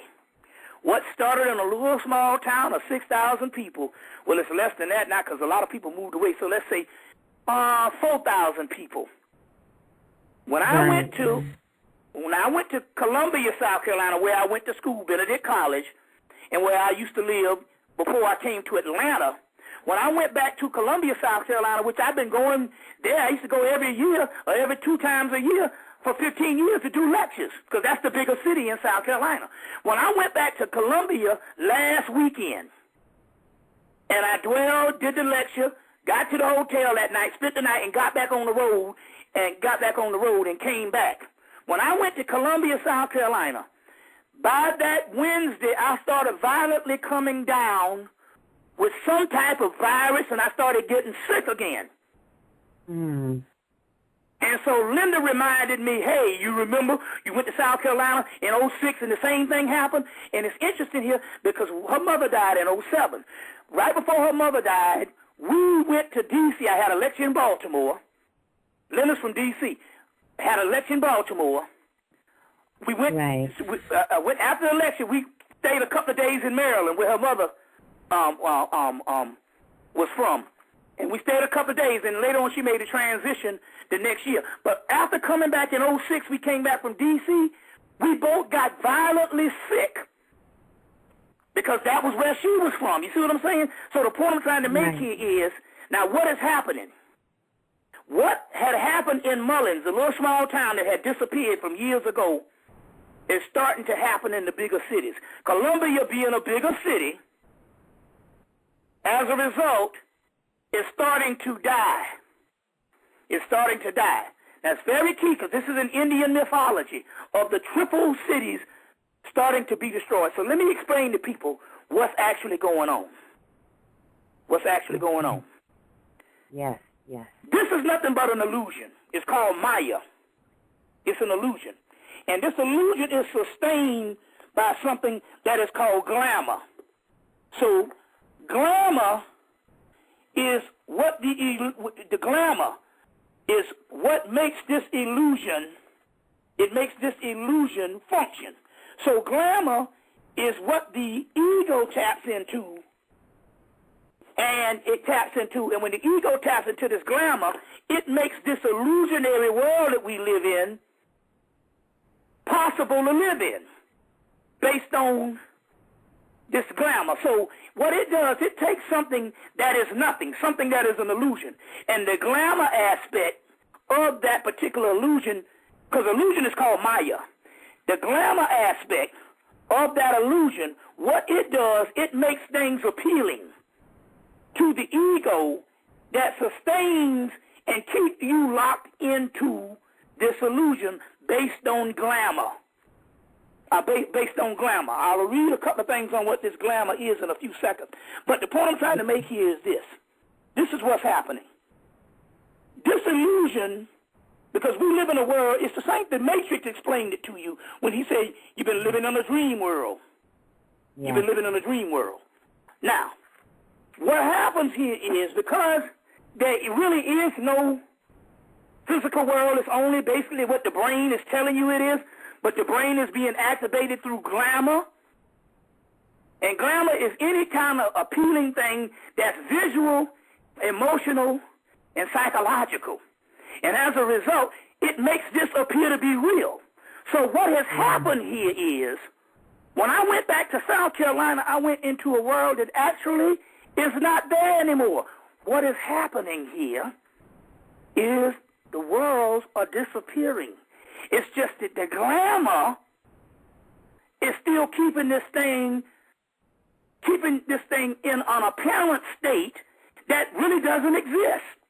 So what I was feeling the other day with the particular glamour, I was feeling the other day,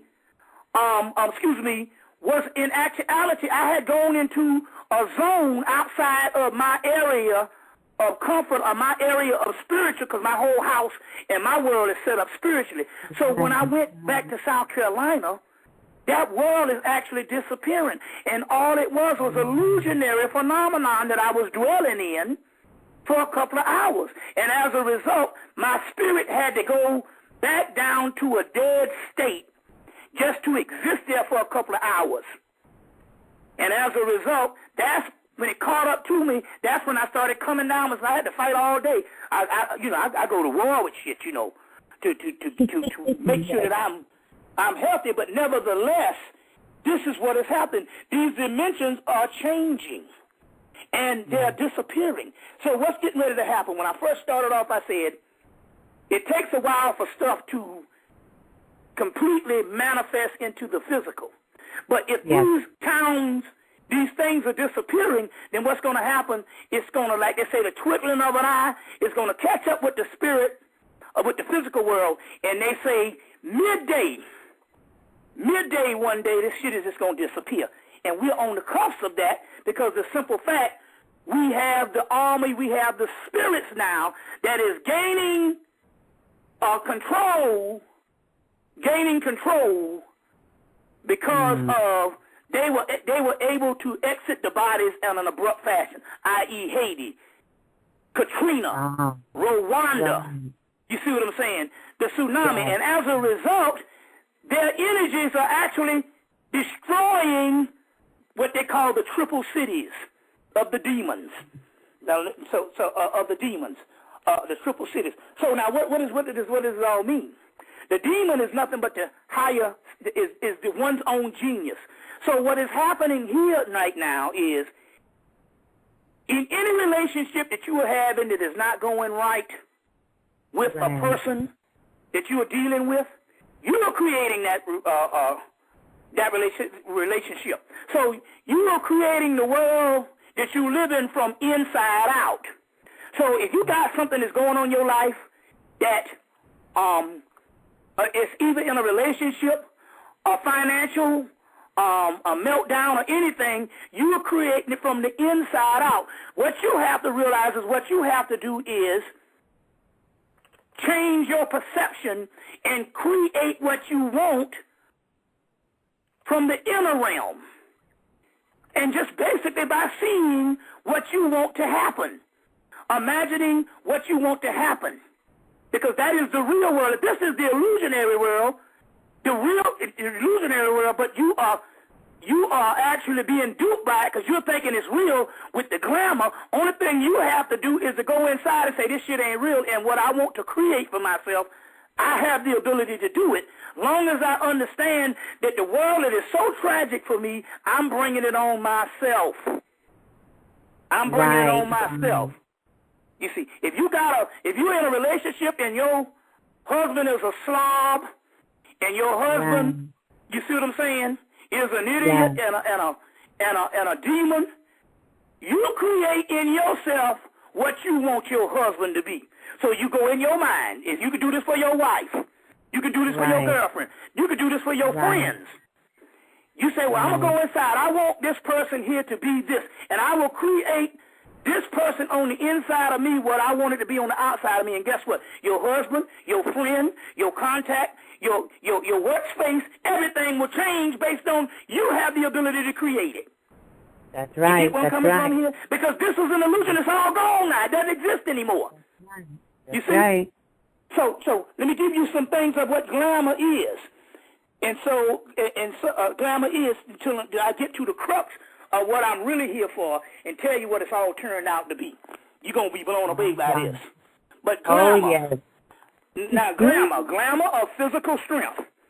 These are the things what glamour. It's a ray. It's an actual ray. It's a current, and you got to break that current and all. So I'm going to give you understand what this is about. Glamour of physical strength. The glamour of personal magnetism. The glamour of self-centeredness and personal potency. The glamour of one at the center. They just talking about the selfish aspect of people. The glamour of selfish personal ambition. The glamour of rulership and dictation of wide control. The glamour of the Messiah complex in a field of politics. The glamour of selfish destiny of the divine right of kings and personality exacted. So these divine right of kings, my self-destiny. The glamour of destruction, the glamour of isolation and alienation and aloofness, the glamour of imposed will upon others and upon groups.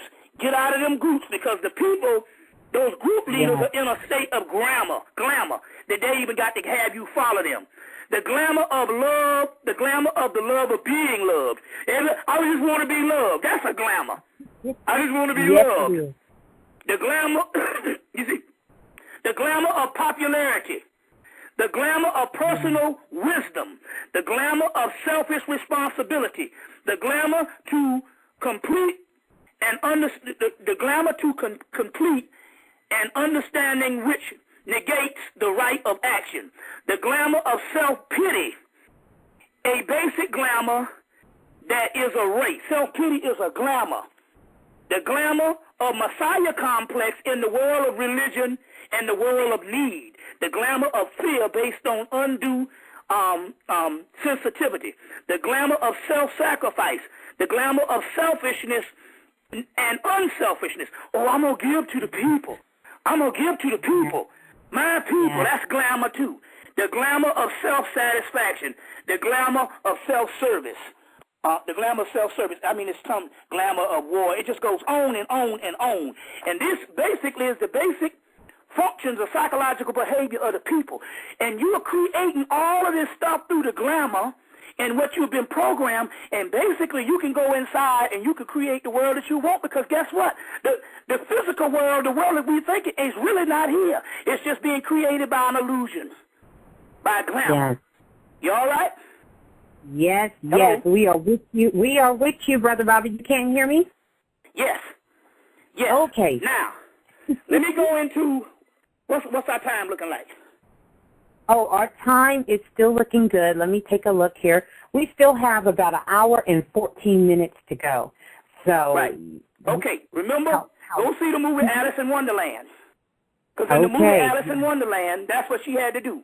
She had to go inside and direct the world that she needed to create for her world to go when she got back in the physical earth. You see what I'm saying? The new one, because this is there's about 4 or 5 Alice in Wonderlands. I never could get through them with the little girl. This one you could get through because it's the girl. I think her story starts when she's at 20 or 19, and she goes back to Wonderland. So it's the one that's in the movies now with Tim Burton. Go see that particular movie, because that's exactly what they're talking about. You got to go in the inner world, inside of you. Remember, heaven is within, to change the world on the outside of you. And this movie is a great example of that. So go and see that particular movie. You see what I'm saying? That particular movie. Let's see here. Now, let me give you something else. Let me give you something else that we can deal with right now. You want to inquire for those people that still want to find love? Well, we had to go overseas and get some instructions on love magic. So we got a CD on love magic. So please inquire. I'm going to put it inquire. And guess what the first thing they say on this CD? What is the it, love Brother that you're trying to get, you got to fall in love with self. That's it. To attract that love that you're trying to get. And if it's eluding you, it's because you are not in love with self. That's right. You see what I'm saying? Right. You got to change from the inside. You see what I'm saying? We just saw a movie today, that she's out of your league. And in this movie, they was dropping the same thing. You got to fall in love with self in order to feel that you deserve somebody that you think is out of your league. Well, we got some love magic, too. Please inquire for the love magic, because you might want to get a hold of some of that type of stuff and deal with the instructions on what they tell you to do. But the first instruction, they say, you got to work on self. That's right. Another DVD is out. The 2 guys used to play on Nickelodeon called Good Burger. One of the guys... One of the guys is called. One of the guys is on Saturday Night Live now, and the other one appeared in a Mystery Men movie in the late '90s, and he just disappeared. I can't. What's the guy? I think it's Kev. It was the skinny guy. Yes. Right. He got a new movie out called See Dick Run. Now, what this movie is about. Remember, I said that there's an article in the Ghanaian newspaper in Ghana where this guy went and had sex with a prostitute, and then after he had sex with the prostitute, it was in the Ghanaian paper. She and didn't pay her money. She took his penis away. His dick disappeared, and so then we found books. There's some books called. There's a book called Demons of the Flesh, and in that book they talk about how over in Kenya they got these women that can snatch your penis. I think it's either called Demons of the Flesh, or it's also called Sex and the Paranormal. I think it's called Sex. That's right. It's called Sex and the Paranormal. And in that book, they talk about the penis snatchers of Kenya. Well, in this movie, that's what happened. This guy was sleeping with a whole bunch of women, and a voodoo goddess came and took his shit. And and it's interesting. So they cleaned it up at the end when they said, you know, he got knocked out by this woman, and while he was out, this whole dream occurred that he didn't have a penis. But so they'll give you the knowledge of something, and they'll put you back to sleep. But nevertheless, they're just trying to. I'm just saying, it's just bearing witness that we did have that type of magic and stuff like that. That's not necessary these days, girls. So, you know, on that particular level. All right. All right. So now we're going to get, let me see what, we're going to get to the crux of, it's interesting here. You know, there's an angel called Barakiel. There's an angel called Barakiel. He rules over Barakiel. So it's amazing that he won. It's amazing that he won Barack Obama, because there's an angel called Barakiel, and Barakiel, and you get the book. There's a definitive text. It's called the Dictionary of Angels, including Fallen Angels, by Gustav Davison, Gustav Davison. The Dictionary of Angels, including Fallen Angels. And in there, they'll read on Barakiel. And they say Barakiel, one of the things he does, he's a god of lightning, like the whole Shango thing we talked about. But they also say what he does, one of his things is to take risk and chances that most people won't take. So, you know, the whole healthcare thing and all this type of stuff here. So it's just interesting here. I'm just adding that on in there, the whole Barakiel thing. Okay. Now we come, well, a few other things. Let's deal with this one last part. Then we're going to go what this all came to be and what they're hiding from you. They put out a whole movie this summer to keep you blind from the fact of something. So, but let me go into the other part, and that is this. Last Easter, well, the Easter last year, 2009, my Uncle Maceo died. Very powerful spirit. Very powerful spirit. This year, Linda, my queen, has a friend they call her Chickadee. Anyway, this woman made the transition. So about 2 weeks, the day that the Alice in Wonderland, about 3 weeks ago, when Alice in Wonderland came out, we rode out to go to the movies. We stopped at a Marshall's because she had to get these two gnomes. Gnomes are elf-like figures. And then we found an actual little couch that is made out of tree branches, and we went home and put an entire fairy kingdom together, and we worked on that fairy kingdom for about a week with different ones. We found 2 black fairies, and remember I told you that that they have the sister what's her name, Rosalind Jeffries, the wife of Leonard Jeffries. Started going to Africa in the 1950s, I think late 1950s, early 1960s. And she went to Africa for almost 20-something years. And then she said she watched some of my videos and went back to Africa in 1994 and started telling them about metaphysical thing. And the Africans looked at her and pointed to the trees, and there was little people living in the trees. Yes, I remember that. Coming here for over 20-something years.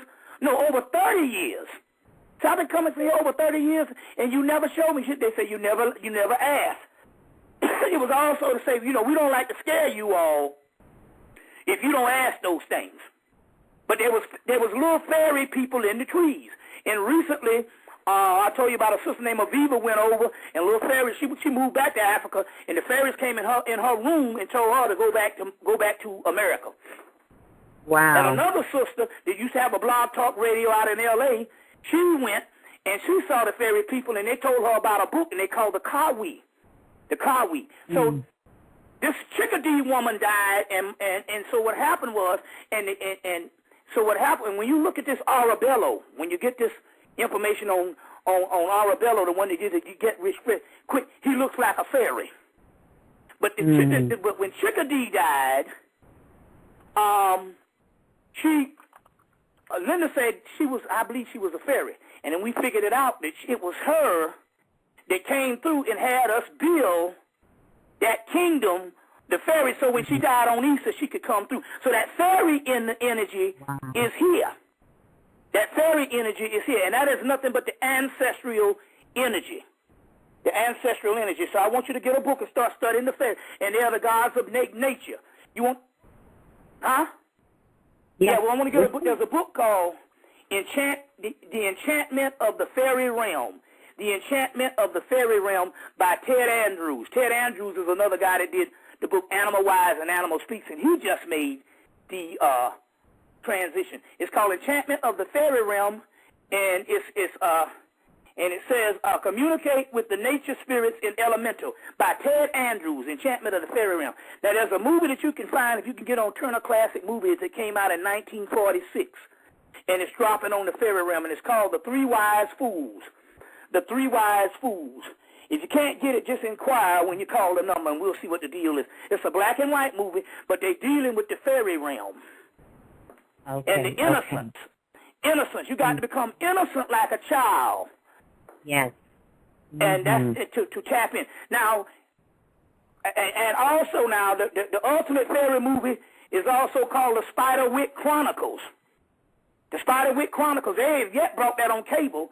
They just went past cable. It came out in 2008, The Spiderwick Chronicles. But what we're trying to tell people is the fairies are real, and you can see them if you want to, but it's about innocence.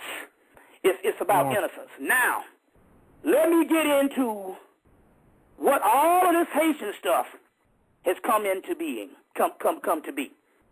All right. I said after the 49 days, those Haitian spirits came through and they blew up a $3,000 500-watt receiver, a 500-watt receiver. This receiver was so bad that I could put on Billie Holiday and she would actually be in the damn room singing the song.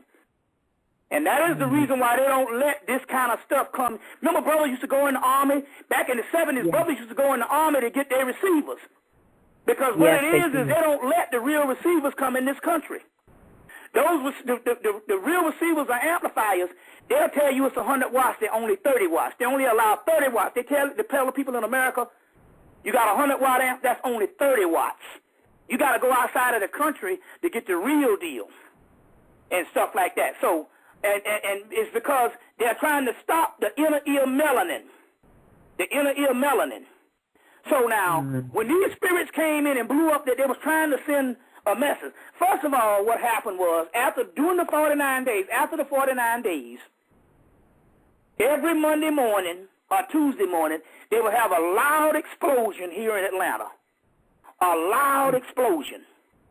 Now, I go and turn on the news. I say, now, if we don't hear nothing about this explosion, and car alarms go off and stuff, I mean, it was huge. I said, we don't hear nothing about this explosion, we'll know that that's coming from the spirit world, and they're just going to sweep it under the rug because they can't explain it.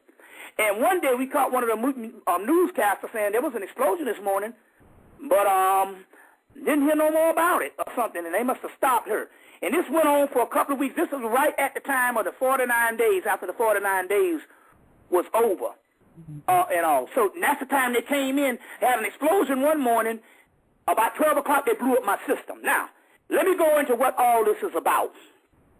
Since those particular souls have morphed into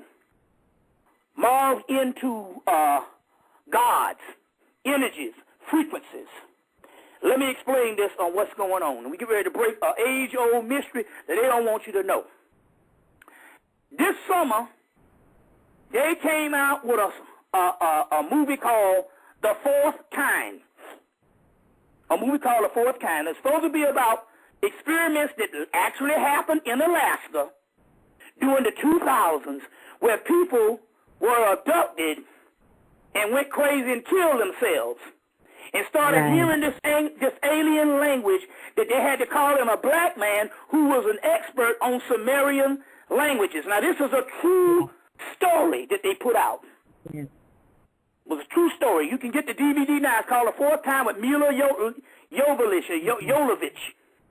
You know, she's played in all the Resident Evil movies and stuff, in The Fifth Element. Anyway, this is a real movie on real experiences that happened in early 2000s, like 2000. And these people would hear these things, they'd get abducted, they would go crazy, they'd kill themselves. But they was hearing this language, and they called a black man who had studied Sumerian languages when he would translate what was coming out of these people's mouth. They never got to the bottom of it, but it was these abductions. This is what the deal here is. Now, this is the key, because I've had arguments with people on this. Those abductions are done by the American government or the world government or the people who are the conspirators that rule the world. And those abductions, because real aliens or real spirit beings don't have to abduct nobody. And why is it that all the abductees are mostly white? See, they so racist until they can't even try to say, well, we need to put some black people up in here, pay some black people. You see what I'm saying? Right. To make this thing. Because they already know. All these black people, we the original people on earth. All these black people walking around, you ain't heard no black people being abducted. And if they are, they're under some government experiment. So these are government experiments that was taken out by the government. They even go as far as put on the spaceship, the spacesuits. We saw that in the movie Fire in the Sky. Now, why would they go through this painstaking thing? So they had all these abduction things that they did, but this movie came out, and they literally showed you that this thing could be true. But what they didn't tell you, it was the government was literally going in Alaska and abducting these people and giving them this Sumerian language. Because, see, all the other abductions, you go, well, where are they from? So they'll give you this Sumerian language and stuff. This was the government doing this. Now, this is the key. This is all put together for one reason, to take it off of who the true aliens are. And I'm getting ready to break this great mystery, and we're going to put this to bed, but it's going to be a revelation for us. It's going to be a revelation for us from now on. We're getting ready to solve the extraterrestrial problem tonight. I argued that you can go out in the street, and if you know what to look at, you can see the spaceships. But I argue that they're not physical. They look like pulsating little orange greens and different aspects. They look like pulsating lights. That is what the true spaceships are. And I told you we got to document it when I was up in Brooklyn at the Slave Theater, and I told the people that the spaceship was going to appear. And this was early in my career. If E.T. didn't show up, I wouldn't be lecturing today, because them niggas from New York, I never heard the end of it. They ever wrote rap songs about my ass if E.T. didn't show up. But it did show up right over the Slave Theater, and we got the people in Harlem on the tape, on the actual tape. We even got the people in Harlem bearing witness the second night in Harlem, bearing witness that the Sister Burt had put on, bearing witness that those ships did appear. Now, this is the key. Those ships are not physical. They are spiritual. They are spiritual, but you have to know exactly what they are. There was a pole shift with the Haitian thing. There's a pole shift. But the pole shift just is nothing but the Earth's Kundalini.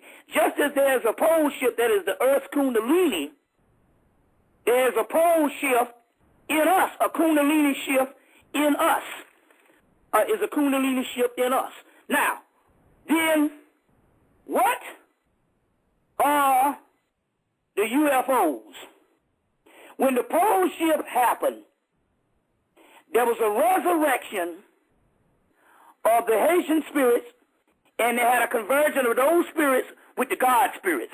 That happened with that particular thing, and you can go online and see the lecture where we did that ceremony with the God spirits. What the UFOs are is none other than the chakras in your body. Now try to understand this. Whenever you die, or whenever most of the people die, they're unenlightened. So their chakras don't shine because of the simple fact they haven't been enlightened on earth.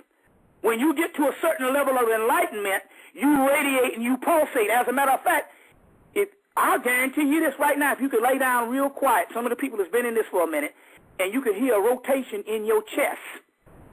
You will think you'll first get scared and think it's palpitation. You go to the hospital, they won't be able to find nothing. Yes. You'll hear this rotation in your chest.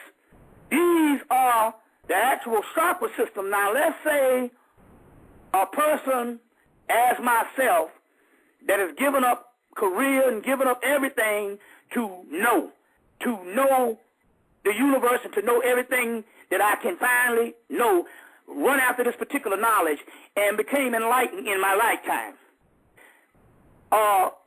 Some bodhisattva or somebody who went through certain things and became enlightened. When we die,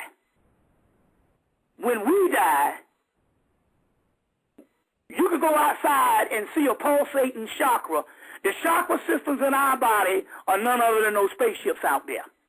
So whenever you see, so they got to tell you about the physical spaceships that they've been trying to put past a man-made UFOs from 1947 up until now, Area 51, to camouflage the aspect and to give you a distraction of the real spaceships. So whenever you see the real spaceships, they are pulsating chakras of enlightened beings who have made the transition, and they were enlightened at a certain level until those chakras that pulsate in the body pulsate in the atmosphere, in the universe. You see what I'm saying?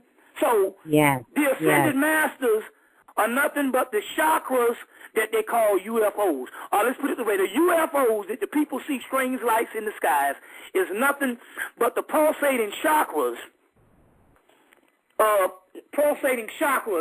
ascended masters. Now I'm going to read something to you.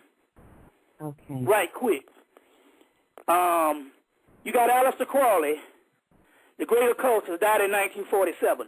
Before he died, a guy in his 20s sat under his feet and became the head of the OTO, and later on was excommunicated from the OTO because he basically took, OTO is actually Crowley's system, and basically he started writing a series of books in the 1970s.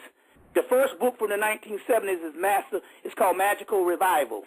And he wrote a series of books. He wrote 9 books from 1970 to 2003. First book is called The Magical Revival. Last book is Ninth Arch. He wrote 9 books, and they excommunicated him. He is the persona non grata of the occult world, but he's the greatest occultist of modern times. His name is Kenneth Grant, and the reason why they ostracized him because he dare say that all this shit was black and all this shit was African. Basically. The same excommunication they did and shutdown of Gerald Massey from 1907, and this guy was a Masseyite, and he said the entire cult world and all of this stuff goes back to black, or goes back to African, or goes back to the indigenous people around the world, not the continent of Africa, just so happened to be the original people being black. Even your original Aryans were black. You know, the white Aryans was only a 1930s invention. But I want to read something to you. Of what he's trying to explain about the Holy Grail. The Holy Grail is associated with changing colors. The Grail is a shallow disc or a saucer that is significant. That type of the goddess is the disc, the whirling wheel that spins when the Akashic current, which is the chakra, is a mauve zone, is magically activated. The red, orange, and scarlet colors are predominantly. Now, get this right. I want you to say he's stating something here that is unbelievable. The red, orange, and scarlet colors predominant in UFO sightings and in Babylon, the Scarlet Woman. The Scarlet Woman is the goddess where all stuff is given, all power is given. And it says, some initiates like Michael Bertio, Michael Bertio, he wrote the book, the Vodun Gnostic Workbook, sees the UFO phenomenon as an expression, as a basic chakra, the phenomenal space goddess called Aditi, is a dynamic form of what is called Hemmitt. Now, the Hemmitt point in Crowley's mythology is the black dot. Hemmitt, it says Newt. And then they say Hemmitt is the manifestation of Newt. So Newt is the great mother. The winged disc, the black dot Hemmitt is her manifestation. The UFOs, this is what it says. The UFOs sometimes comes from the sky. The Grail is also said to come from the sky. It's the cup that bears the blood of Christ. The cup that bears the blood of Christ is the pineal gland, the ajna chakra. So the Grail is called a cup that bears the blood of Christ, i.e. melanin, which is the pineal gland, which is called the ajna chakra. And so the Grail comes from the sky. Sometime the Grail cycle knew that the holy vessel appeared in 5 major shapes, 3 of which is a chalice, a stone, and an altar. And they go in, so they're talking about the Grail, and they said that appears in the sky is nothing but your basic chakra. Now, how much time we got? Because I want to complete this. All right. Let's take a look here, Brother Bobby. I think we still got 50 minutes. 50 minutes to go. Let me end this up so we can go to a question and answer. I want to end this up right now. Because as a result of those particular... Now, remember I said if illuminated being, a person who gets illuminated, if he was to leave the physical body, his chakras would shine. The 7 chakras, the 7 orishas. There's 7 holy orishas, which is the 7 stars of the Pleiades. So, the Pleiades, the 7 orishas. And I said, if I was to leave, my ship would shine, any ascended master. Well, we just put all those hundreds of souls, 120,000 souls and counting, and even more with Katrina, we just put them with the gods, and the gods merge with them and morph with them. It's called the morph zone. And they morphed with them, and as a result, those basic chakras are shining, and that is your extraterrestrial army. Now, it says on February 19th, the great God, 3rd chapter of the Book of Law, the God Ra-Heru Kahudi would rise from the skies at the fall of the great equinox. Harmachis would rise, which Harmachis is the great Sphinx, would rise and bring fresh fever from the skies. Those are the illuminated chakras of the great turn, because we had massive death that's now been put to the gods and illuminated the gods, and they've all morphed as one. Okay, last piece of this, and we can go into the question and answer. All right. In India, we got in India, we have the last incarnation of Kalki and Vishnu. And the Vishnu, and Vishnu has something called the Shudarsha chakra. You heard me talk about this in my lectures. The Shudarsha chakra is called the Shudarsha. Shudarsha, beautiful bee. The name of Vishnu's weapon, a discus, lives in the sky, has the form of a wheel. By the rotation, comes back to Vishnu's hand. It is a very sharp edge which can slice off the head of demons as big as mountains, but also sprays fire sparks, blasts the beams of lightning, that so it can burn down cities. Now hold on now, because I'm going to show you what it is. Burn down cities, which has the arms of an elephant trunk. Vishnu's arms are respectively Vishnu aims respectively at the enemy's armies and fells the demons in battle over the thousands and throws cutting, burning at the same time. So it's called the Sudarsha chakra. Now, what it does, it burns down the triple cities. Remember I said I just came back from Columbia, South Carolina? And it's not there anymore, although the people are there. It's just a little college town hanging on, but Mullen, South Carolina is not there. That is a form of God's chakras, the chakras of enlightened beings burning down the cities. It's called Shiva destroys the triple cities of the demons. The demons is nothing but another word for the asuras, humans. We create these illusionary cities called Maya that we live in, and they're called the triple cities of illusion, but the chakras are what's burning them down. The golden compass, the movie talks about everybody has a demon. That demon is the daemon, which is melanin, which is called daemonic, the good daemon, which is melanin, which you get the word daemon, amon, hidden substance.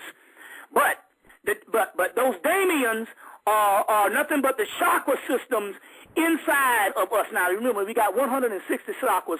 We got 7 major chakras. Most of these active here are dealing with the third eye chakras, which is the Sudarsha chakra. And then you got the Goetia, which is the demons, but those, they have seals, and you ever look at the Goetia, which is supposed to be the demons of Solomon, that bind these demons in his signet ring. But they are seals, and those seals are nothing but chakras. Now, so the angels, which were the angelic archangel hosts, and the demons, that's nothing but the souls of the asuras, which is the humans, i.e. Haitians, unite in Sudarsha. So that when the angels and the demons, remember the angels and demon movies that's coming out, that came out? Yes. That's actually talking about the archangel energy and the daemonic energy, which is just talking about the hidden chakras inside of the physical body. And the angels and demons, when they unite, i.e. Haiti, and those souls, tsunami, what have you, Katrina, and those particular souls that are passed on, when they unite, then they unite in what is called Sudarsha. That's the Sudarsha chakra. The Sudarsha chakra is also called Merkaba. Merkaba is Ezekiel's wheel. The Sri Yantra, the ultimate symbol of the Yantra, of the ultimate symbol of the goddess, is the Sudarsha chakra. The Sudarsha chakra destroys the triple cities. The Mayan calendar, the 2012 Mayan calendar, is the calendar of a Sudarsha chakra that disappears the cities, that destroys the cities, i.e. Columbia, South Carolina, Mullen, South Carolina. The cities are destroyed when Shiva dances. He dances on top of a dwarf of ignorance. But if you ever see the dance in Shiva, which is called the Shiva Nataraja, and when you see that dance in Shiva, he's dancing, not only there's a serpent around him, but he's dancing in a circle. There's a circle and a disc he's dancing in. That's the Sudarsha chakra. And Shiva destroys the triple cities of the demons. So, what is happening here, the basic chakra systems, is nothing but the chakra systems of the beings, and those are your UFOs. Those are your UFOs, but they come together when the gods and the titans merge, Clash of the Titans. But they merge, but they merge in the Great War. They merge and come together, and they have a truce. Remember, they granted him a truce, but they had a truce between the Orishas and the humans back in 2007. We talk about that in the lectures. Nevertheless, everything now is one, and now these particular spirits are now coming together. You want to get a basic chakra book? Get the book, you get a book called The Book of Chakras, Discover the Hidden Forces Within You, by Ambika Walters, AMBIKAWAUTERS.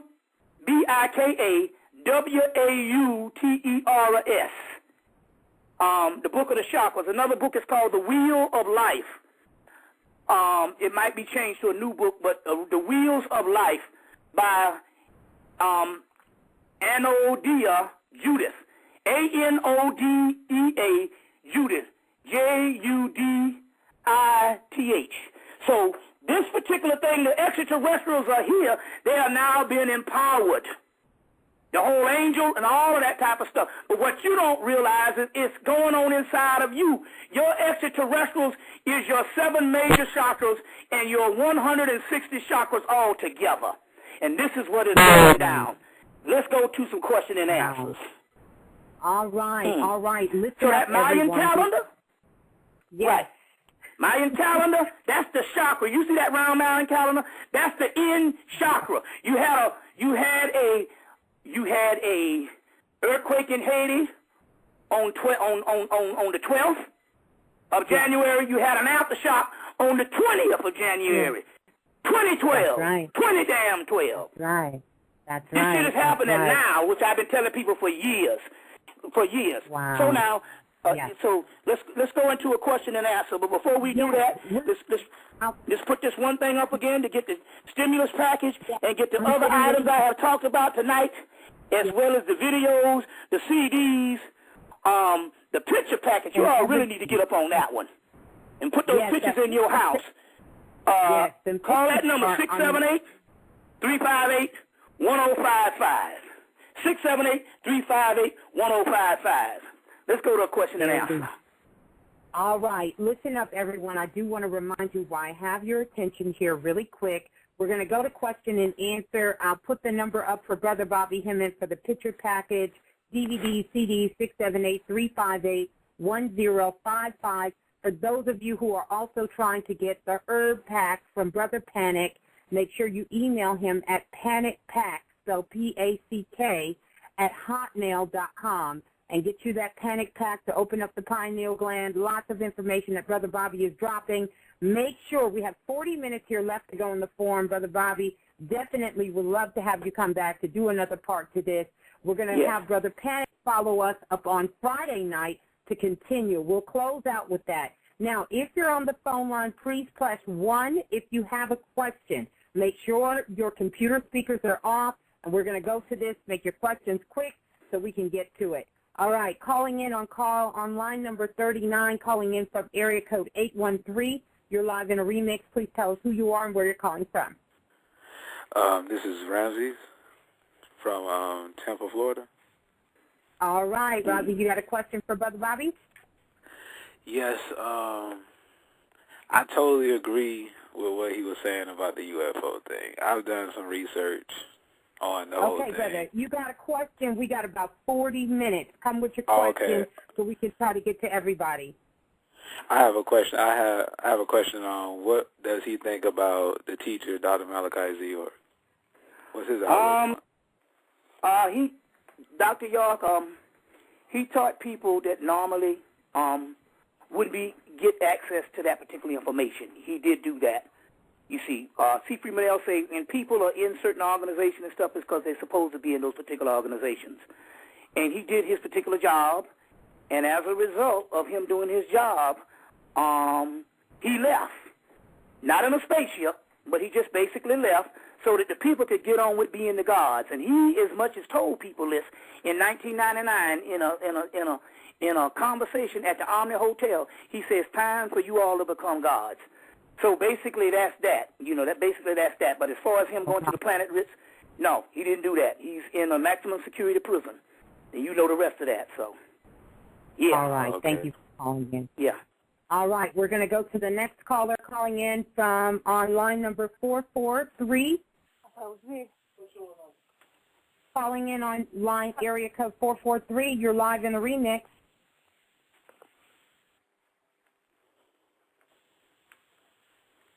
All right. They don't have anything to say. We'll go to the next caller. Calling in on area code 337. You're live in the remix. Yes, hello. Hey, peace, Brother Bobby, Ms. Blue. Can't even take time to express my appreciation to you guys. I'm in South Louisiana, approximately 2.5 hours from New Orleans. And, Brother Bobby, you put me on the path, and, thank you for that.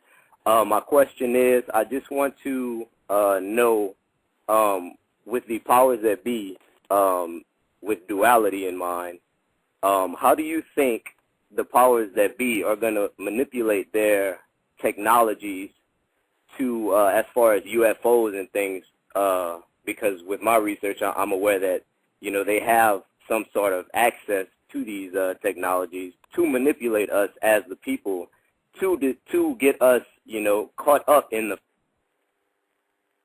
whole media and everything else pushes us towards.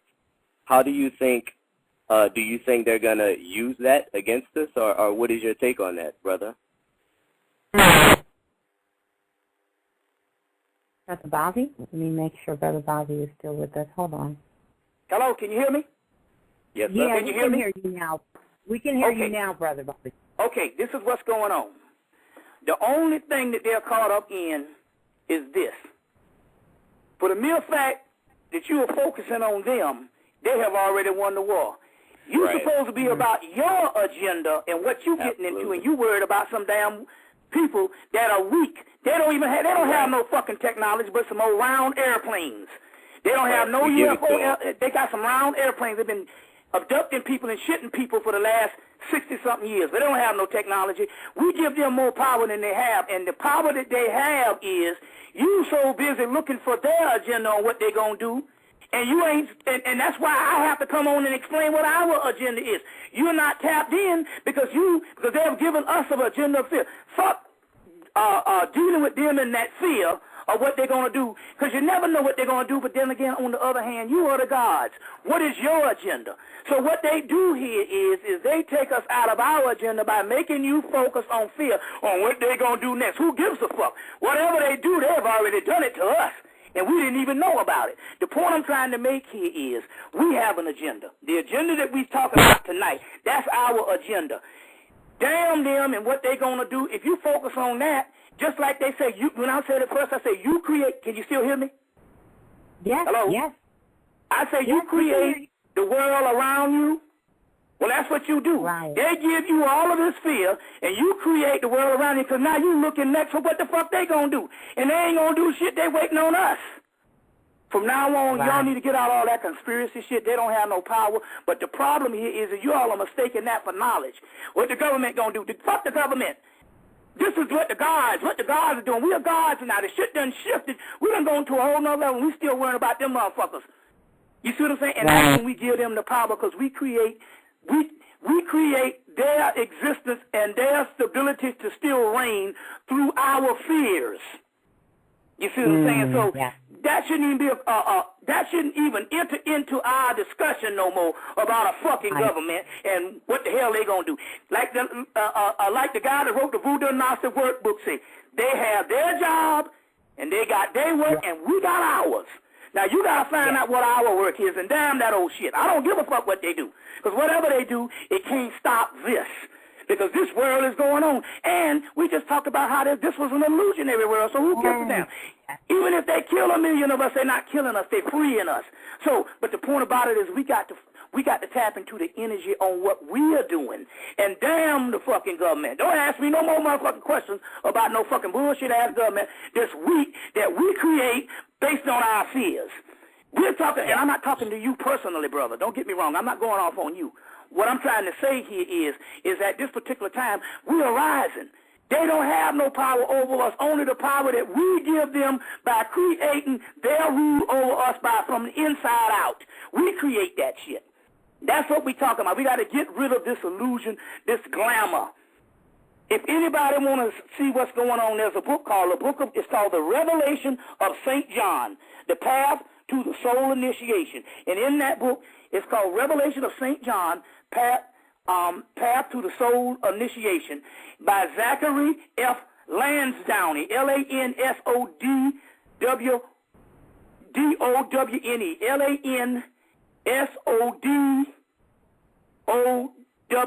Lansdowne, Zachary F. Lansdowne, The Revelation of St. John. And in there they go into the chapter of the Apocalypse dealing with glamour and Maya, illusion. Glamour. And that's what it is. So that's what we got to get past, is our own idiosyncrasies, to see the gods in us. You see? Yes. So I'm not going off on you, brother. I'm just trying to say they don't have no power.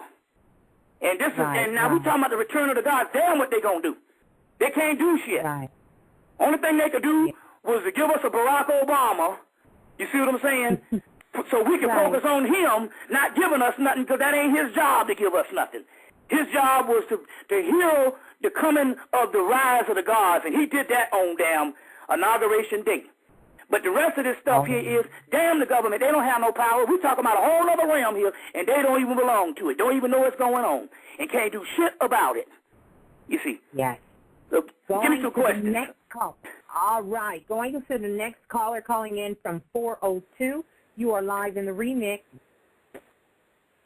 Hello? 402? Yes, Yes. hello. Hello, Miss Blue. Hello, Brother Bobby. How are you doing? How you doing? I remember you did a reading for me in Omaha, Nebraska, in December. Yeah. Do you remember me? My name is Adema. Yes. Okay, I have a question about what you had talked about going back to South Carolina. Right. About back home. Well, recently, I have been in the States for 18 years. I was in Nigeria. And I have this overwhelming fear of going back to Nigeria. And I also have the stimulus package. And after doing the stimulus package, all these things, wonderful things have been happening, especially the boyfriend that I went out with in high school contacted me, and I hadn't heard from him in 20 years, and we're about to be engaged and married. And he's Yoruba, and his name is Babajide.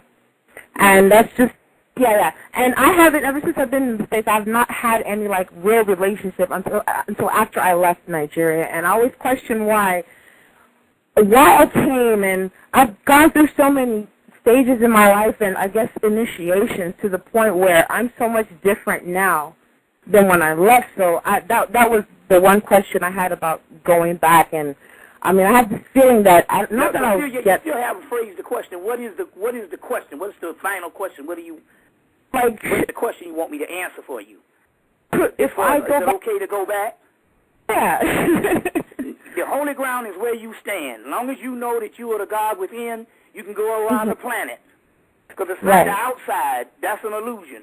It's inside. So, yeah, you're able to do all of that now because you're not dependent on destinations and geographical locations to set your patterns for you or to set your reality for you. Now you can go back because you're dealing with the inner self. You got illuminated chakra, so you can go to fucking Timbuktu or you can go to damn China. You see, holy ground is where you stand because the temple is within. So it's pretty, you can do what you want to do now. Long as you realize that geographical locations does not dictate your reality. Your reality is coming from inside, and this is what you make it. Okay, so if I go there, I won't, like, feel ill or anything like that, like you had mentioned. Well, even before your feelings and everything has to do with you on the inside. That's what I'm trying to say. Right, you see what I'm saying? Right. It has to be on the inside. And that's whether you're in Alabama or New York City. It's all the same now. The earth realm, you see what I'm saying, is an illusion, and it's disappearing as we talk. Right. So right now we're talking about sustaining yourself from the inside. So it doesn't matter. You can go back. Okay. You know, what have you, as long as you the goddess that's going back. Right, right. Yeah, I just wanted to thank you. Hello. Okay. All right. We're going to go to the next caller calling in from area code 234. You're live in the remix. Please tell us who you are. Hi. This is Keisha from Akron, Ohio. Universal Dye in the chat room. I have a question. I'm an artist, and I was wondering what you would suggest just for the inner world and trying to, like, channel that energy. Well, if you're an artist, what you want to do is, it's a good question you ask, because if you're an artist, what you want to do is now to try to focus on bringing that spiritual world to fruition. So you want to go on the internet and look up any kind of thing you can pull down on occult art. Occult art. Either get any. Right now, what's real good is to try to document the fairy kingdom. So you want to get some books on the fairies. You want to get some things, and you want to study this type of stuff. But most of the fairy stuff now is mostly European, which is nothing wrong with that, because you're supposed to document what culture you come from, and they just so happen. So I'm not mad at them for doing that, but my point here is you can do certain things now with the fairy kingdom and stuff like that. And that's a new thing. There's two tarot decks. One is a new one that just came out, so I'm going to give you the new one that just came out. And I want you to get that tarot deck, and I want you to study the artwork of the particular person. This tarot deck was done by the guy that did the movie, he was the artist that conceptualized the movie, Dark Crystal, The Dark Crystal. It came out I love that movie. In 1980, 81. Yeah. So you want to get it's called the Heart of Fairy Oracle. You want to get the Heart of Fairy Oracle by Brian and Wendy Fraud, F-R-O-U-D. Brian and Wendy Fraud. I want you to get that fairy article, and I want you to study the artwork of those tarot cards in there, and to try to see a surrealistic kingdom, and I want you to focus on tapping into your own world and trying to bring that to the art canvas. Okay. You see what I'm saying? So you want to get into more mystical type things. Now, do not, there are no rules to what you draw. Just have confidence on what comes out from the inner self and put that on the canvas. But I just want to give you a variation or a diagram to go by just to see the kind of stuff that these white folks is into. And we got to get up into. You see, so you're saying The Heart of Fairy Oracle by Brian? But still, you might want to get this book anyway. It's called you might want to get it anyway. I'm talking about just the people out there, because it's a fairy article. So since the oracle now, the fairy world is back, I'm telling the people that you can, even the ones that's not artists, just to get this, just to see. It's called The Heart of Fairy Oracle. The Heart of Fairy Oracle. They put out one earlier. Called the Fairy Oracle. The Fairies Oracle, but the one you want to get now is the new one that just came out. And just to look at those beautiful things, the beautiful. They even got one sister up in there too, up in the new one and stuff. One of these sisters up in there. But I want you to get that and just to see that surrealistic world, and then start tapping into that, because that's the kind of artwork that's going to bring some of this stuff through. But I implore all of you to get in. Don't worry about what color the people are. They supposed to do that. You ain't doing shit. So if they put together an article, they supposed to have certain people in their particular cultures look at a certain way. You see what I'm saying? Yeah. But if you want to communicate with the fairies, that is a good one to also get to for anybody that want to do that, because right now the fairies are nothing but just forms of our ancestors. You see what I'm saying? So any kind of occult art, not just the fairy, but cosmic art, anything you can get with. Chakra art. Get you the chakra book I told you. There's a lot of art in that chakra book. The chakra book called The Book of Chakras, Discovery of the Hidden Forces Within You by Ambika Waters. AMBIKA WAUTERS. Get that. Start doing some chakra artwork. Yes. Okay. Thank you. All right. You're welcome. Take pictures of the gods and the goddesses. Also, anything. Right. Yes, we're going to continue on. Calling in from area code 209, you are live in the remix. Please tell us who you are. Hey, how you doing? This is David Morris. I'm calling you guys from California. How you doing? The remix family, Bobby Hemmitt, Brother Panic. I gave you a call here. I'm originally from Peoria, Illinois. I've been living out here for 17 years. And last year, make it real quick, I want to know if this is spiritual or just this modern medical science that helped me out. Last year, I got sick around February. I had 2 aneurysms, bilateral scleral aneurysm, my right and left leg. I survived it, obviously. I was rushed to Stanford, and a couple people in my family have had cerebral aneurysms and died. A couple, like 4 or 5 people, 2 people then died. No one's ever had them in their legs. It was really a shocking, I think I survived for like 2 weeks with them blowing up on my legs because I didn't go to the doctor like most black people. I tried to tough it out at home. And I just want to know what would make a person that they told me at Stanford it was amazing that I survived it. You know what I'm saying? I had a couple blood transfusions. My legs were just blown out, man. Well, how long are you conscious? How long have you been conscious? I'm gonna tell you the truth. I started getting more conscious right after the surgery. I was right before my wife said, because my wife's Caucasian too, and I used to be a street vice lord, and I was into the 5% thing and got into the Nation of Islam. But nevertheless, you had some forms of consciousness throughout your life. And what has happened here is the return of the great old ones. You survived for the simple fact that there was always been a spiritual world around you. If you go see the movie, if you go see the movie Clash of the Titans, he always had this guy, this woman that was around Perseus as he went through his journey. There's spirits that's always around certain people. Otherwise, you wouldn't have been awakened in this lifetime. You see what I'm saying? So as a result, that's what happened. Basically, yes, most definitely it was spiritual. Me, I woke up and actually felt people working on my body. You know, maybe I hurt myself. You see what I'm saying? That day, and it didn't know it, and it was going to get sore or whatever. Or maybe it was some oncoming disease or something, and it work on my body and stuff like that. No, and different aspects like that. You see what I'm saying? So yes, the way I threw up that other day, if I was a regular human and hadn't transcended to the God form, I would have died. Because you know what I mean? Of this particular energy that was coming through. So yes, most definitely that was your. Not only was it the spirits around you, but it was your own soul, according to what your soul is. Right. You see what I'm saying? It got real stronger afterwards. I must give credit to the Sons of Light because I started listening to certain music when I was at home in bed, and I started listening to old music on YouTube and pulled up Dial My Heart. Then I started finding out they were the Sons of Light. Then I started following them to Gambia. Then I started learning about what is the Sons of Light, what is the Yamanese. Then it took me to Dr. York. Then it took me to you. Then next thing you know, I was like, hold on, man, I'm 36 years old. Right, basically you just following a certain path that was available.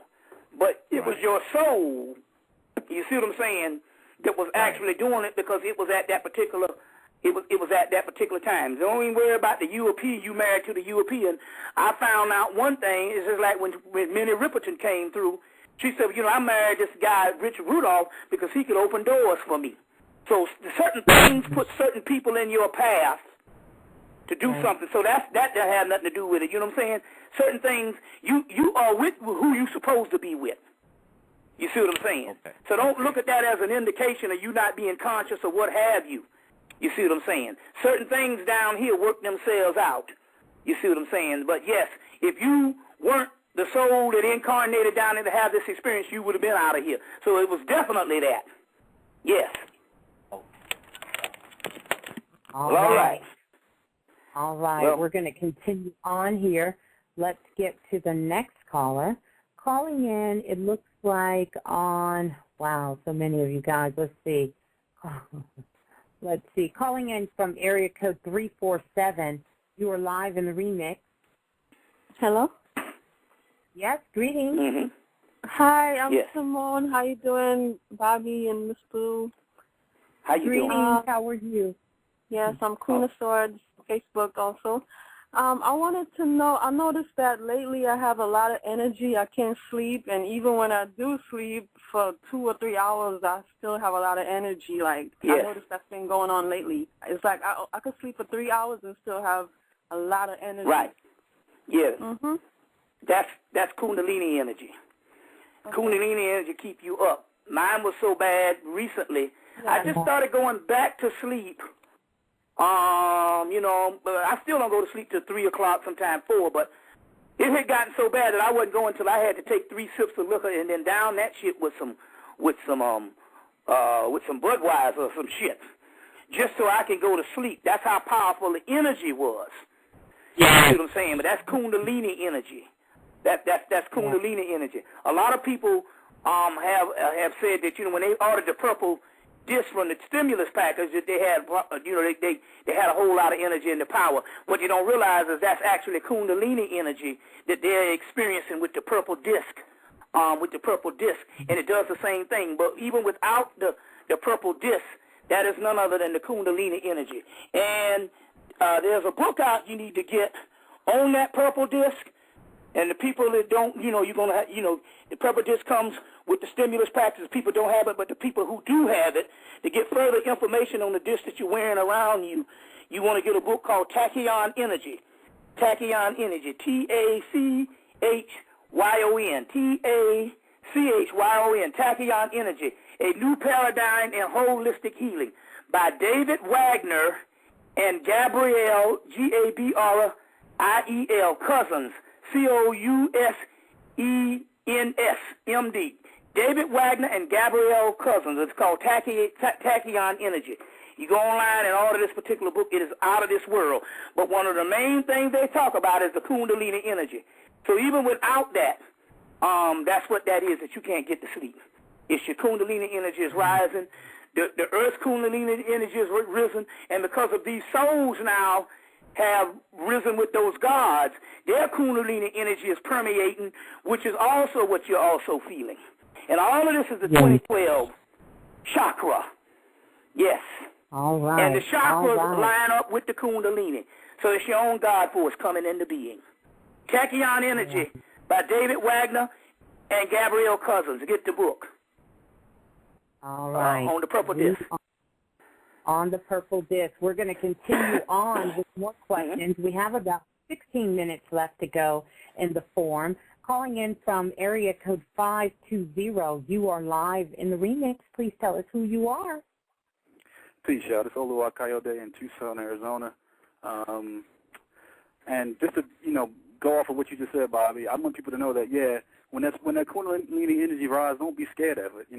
Let it come through. You'll feel electrocuted. You might be in your bed like, what's going on? Brother, yes, beautiful. Do you have a question for Brother Bobby? All right, my bad. All right, my question is, Bobby, about 10 years ago on your tape, you said something about Thunderbird, and you said that there's a medicine woman that walks with Thunderbird. She comes and visits. No, but I never said Thunderbird. You got that wrong. I said Thunderdog. Thunderdog. That's who I was talking about. Thunderdog was an entity that rose up in the Native American mounds called the Pinson Mounds. That's in Jackson, Tennessee. That's the same place where Gil Scott Heron was from, and also Lemoyne-Owen College, a black college down there. Jackson, Tennessee is maybe 2 hours away from Nashville, and they have a mound complex down there. And we used to go to those mound complexes in 1994, and we went down there and we rose up a Native American equivalent of Anubis called Thunderdog. They wore these white clothing and had this horse, and he told us to put together a Thunderdog altar. But it's interesting. But it's interesting you would talk about the Thunderbird because that's none other than Horus.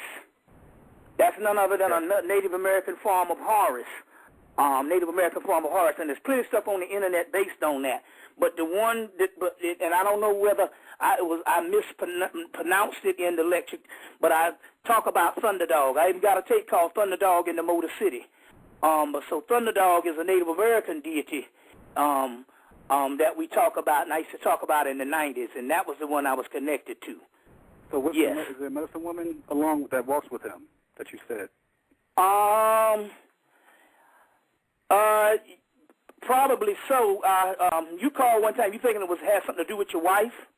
Yeah, my girlfriend keeps seeing her. We don't know her name. She comes in and just, chills around the bed. She just smiles and walk away. And I don't know her name. I just want to at least greet her, say, hey, whatever. Thank you for coming or something. Oh, yeah, well, it could be some other things. It could be a past consort. It could be several things, several things. And there's some people that can probably ultimately give you a reading and find out about those types of things. Yes. Okay. Hey, I'm sorry, real quick. You said I got the picture package, and you have a picture here of this brother looking to the right. I don't know who he is or what his significance is. He has like a beard and mustache. He's in a copper kind of thing. He's in a what? African Venus. Oh, that's an African king. He comes along with the African Venus. He was an African king in the 1800s. The French artist that came down, he came to visit the king, and he visited the king, and then he saw this beautiful woman and sculpted her and called it African Venus. But he has hundreds of those things. They had an exhibit in New York on the different ones. But he's just an African king, a Sudanese king from the Sudan. Yes. Okay. But he's in the ancestor realm, so he's powerful. And then you got the African Venus. She's real powerful. Yes. And it documents it documents dreads from you know what I'm saying? Because there's an argument saying that dreads are only originated in the West. But this here documents the dreads. We wore dreads on the continent. Or locks, so you want to call them, or what have you. And that documents it with that statue also. Yes. All right, bro. Okay, but she's a form of Urzuli Danta. There's two Venuses. There's a Venus that's Urzuli Frida, and then there's Urzuli Danta, which is more of the African type one. Urzuli Frida is a mulatto that formulates in the West. Urzuli Danta is one that comes from the continent. And so that image of that African Venus for the people, there's only 2 color pictures you get, but that one is also Urzuli Danta. You know, and she has her story when you deal with mythology. Yes. All right. All right. All right, you too. Thank you for calling in. Let's see if we can get another question in here. We have 11 minutes to go, so next caller calling in from area code 312, please ask your question for Brother Bobby Hemmitt. Hello? 312? Can you hear me? Yes. Yes, we can.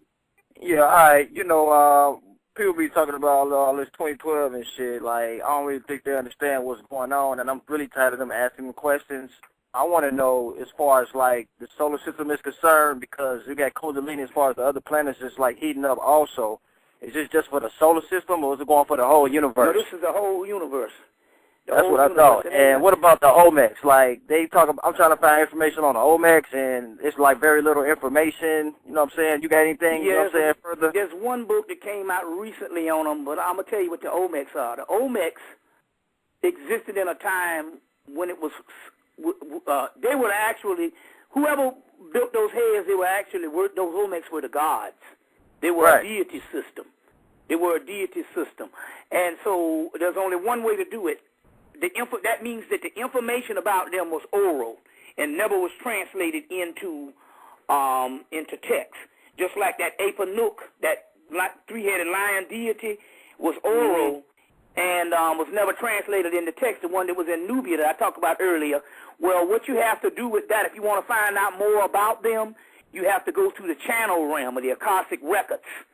And you get the information from them through the Akashic records with any good psychic or any good person that can tap in. I just so happen to have one of the best on the planet, but she can't work with nobody but me. That's why I don't even loan her out, because she can't get nothing. But when she calls, you don't have to do no breathing or nothing. All we got to do is call up. This thing's no different than calling the gods up on the telephone. It's just that fast.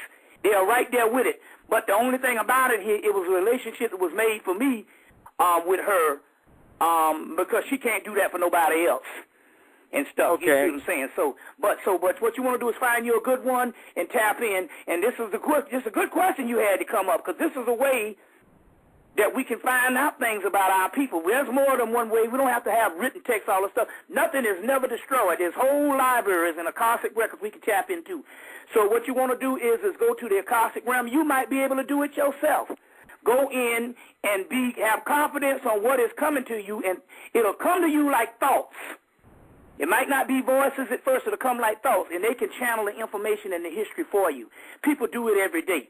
It's just that we don't realize, a lot of times we don't know that there's several ways to get information, especially the information that was in an oral tradition. And a lot of the Olmec stuff probably was and never got translated into text.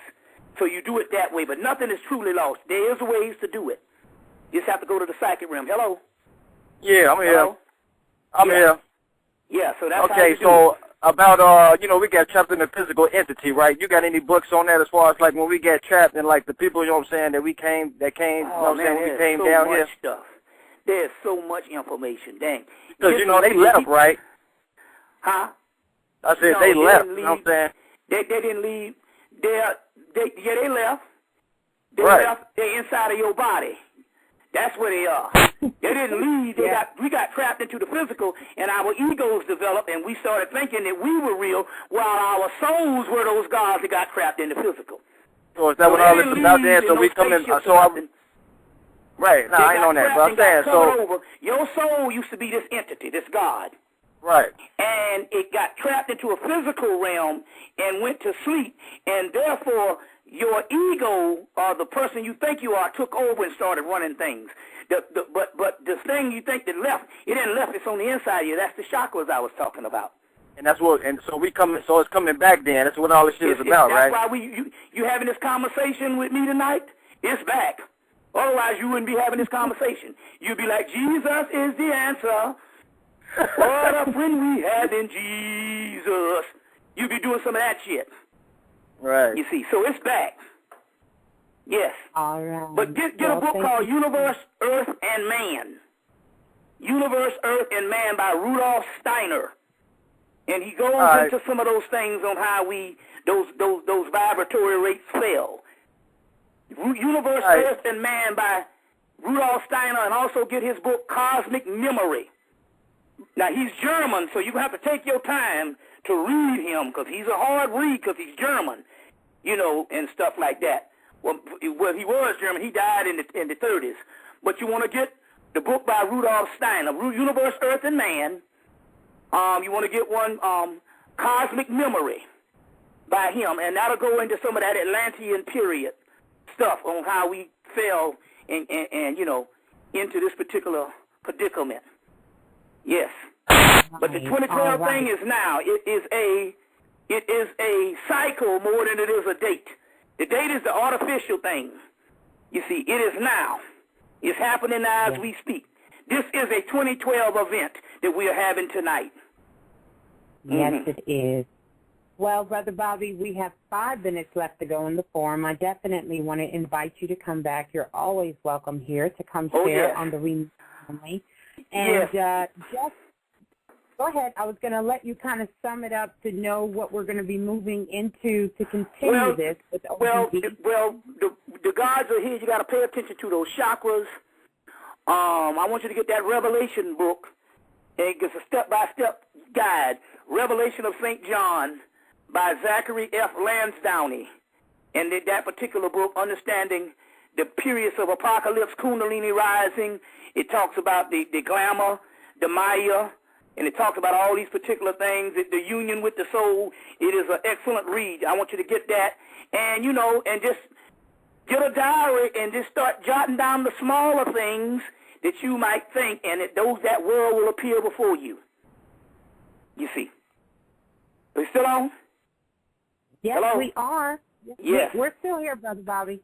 Yes, and so just do some of those things, you know, and just continue.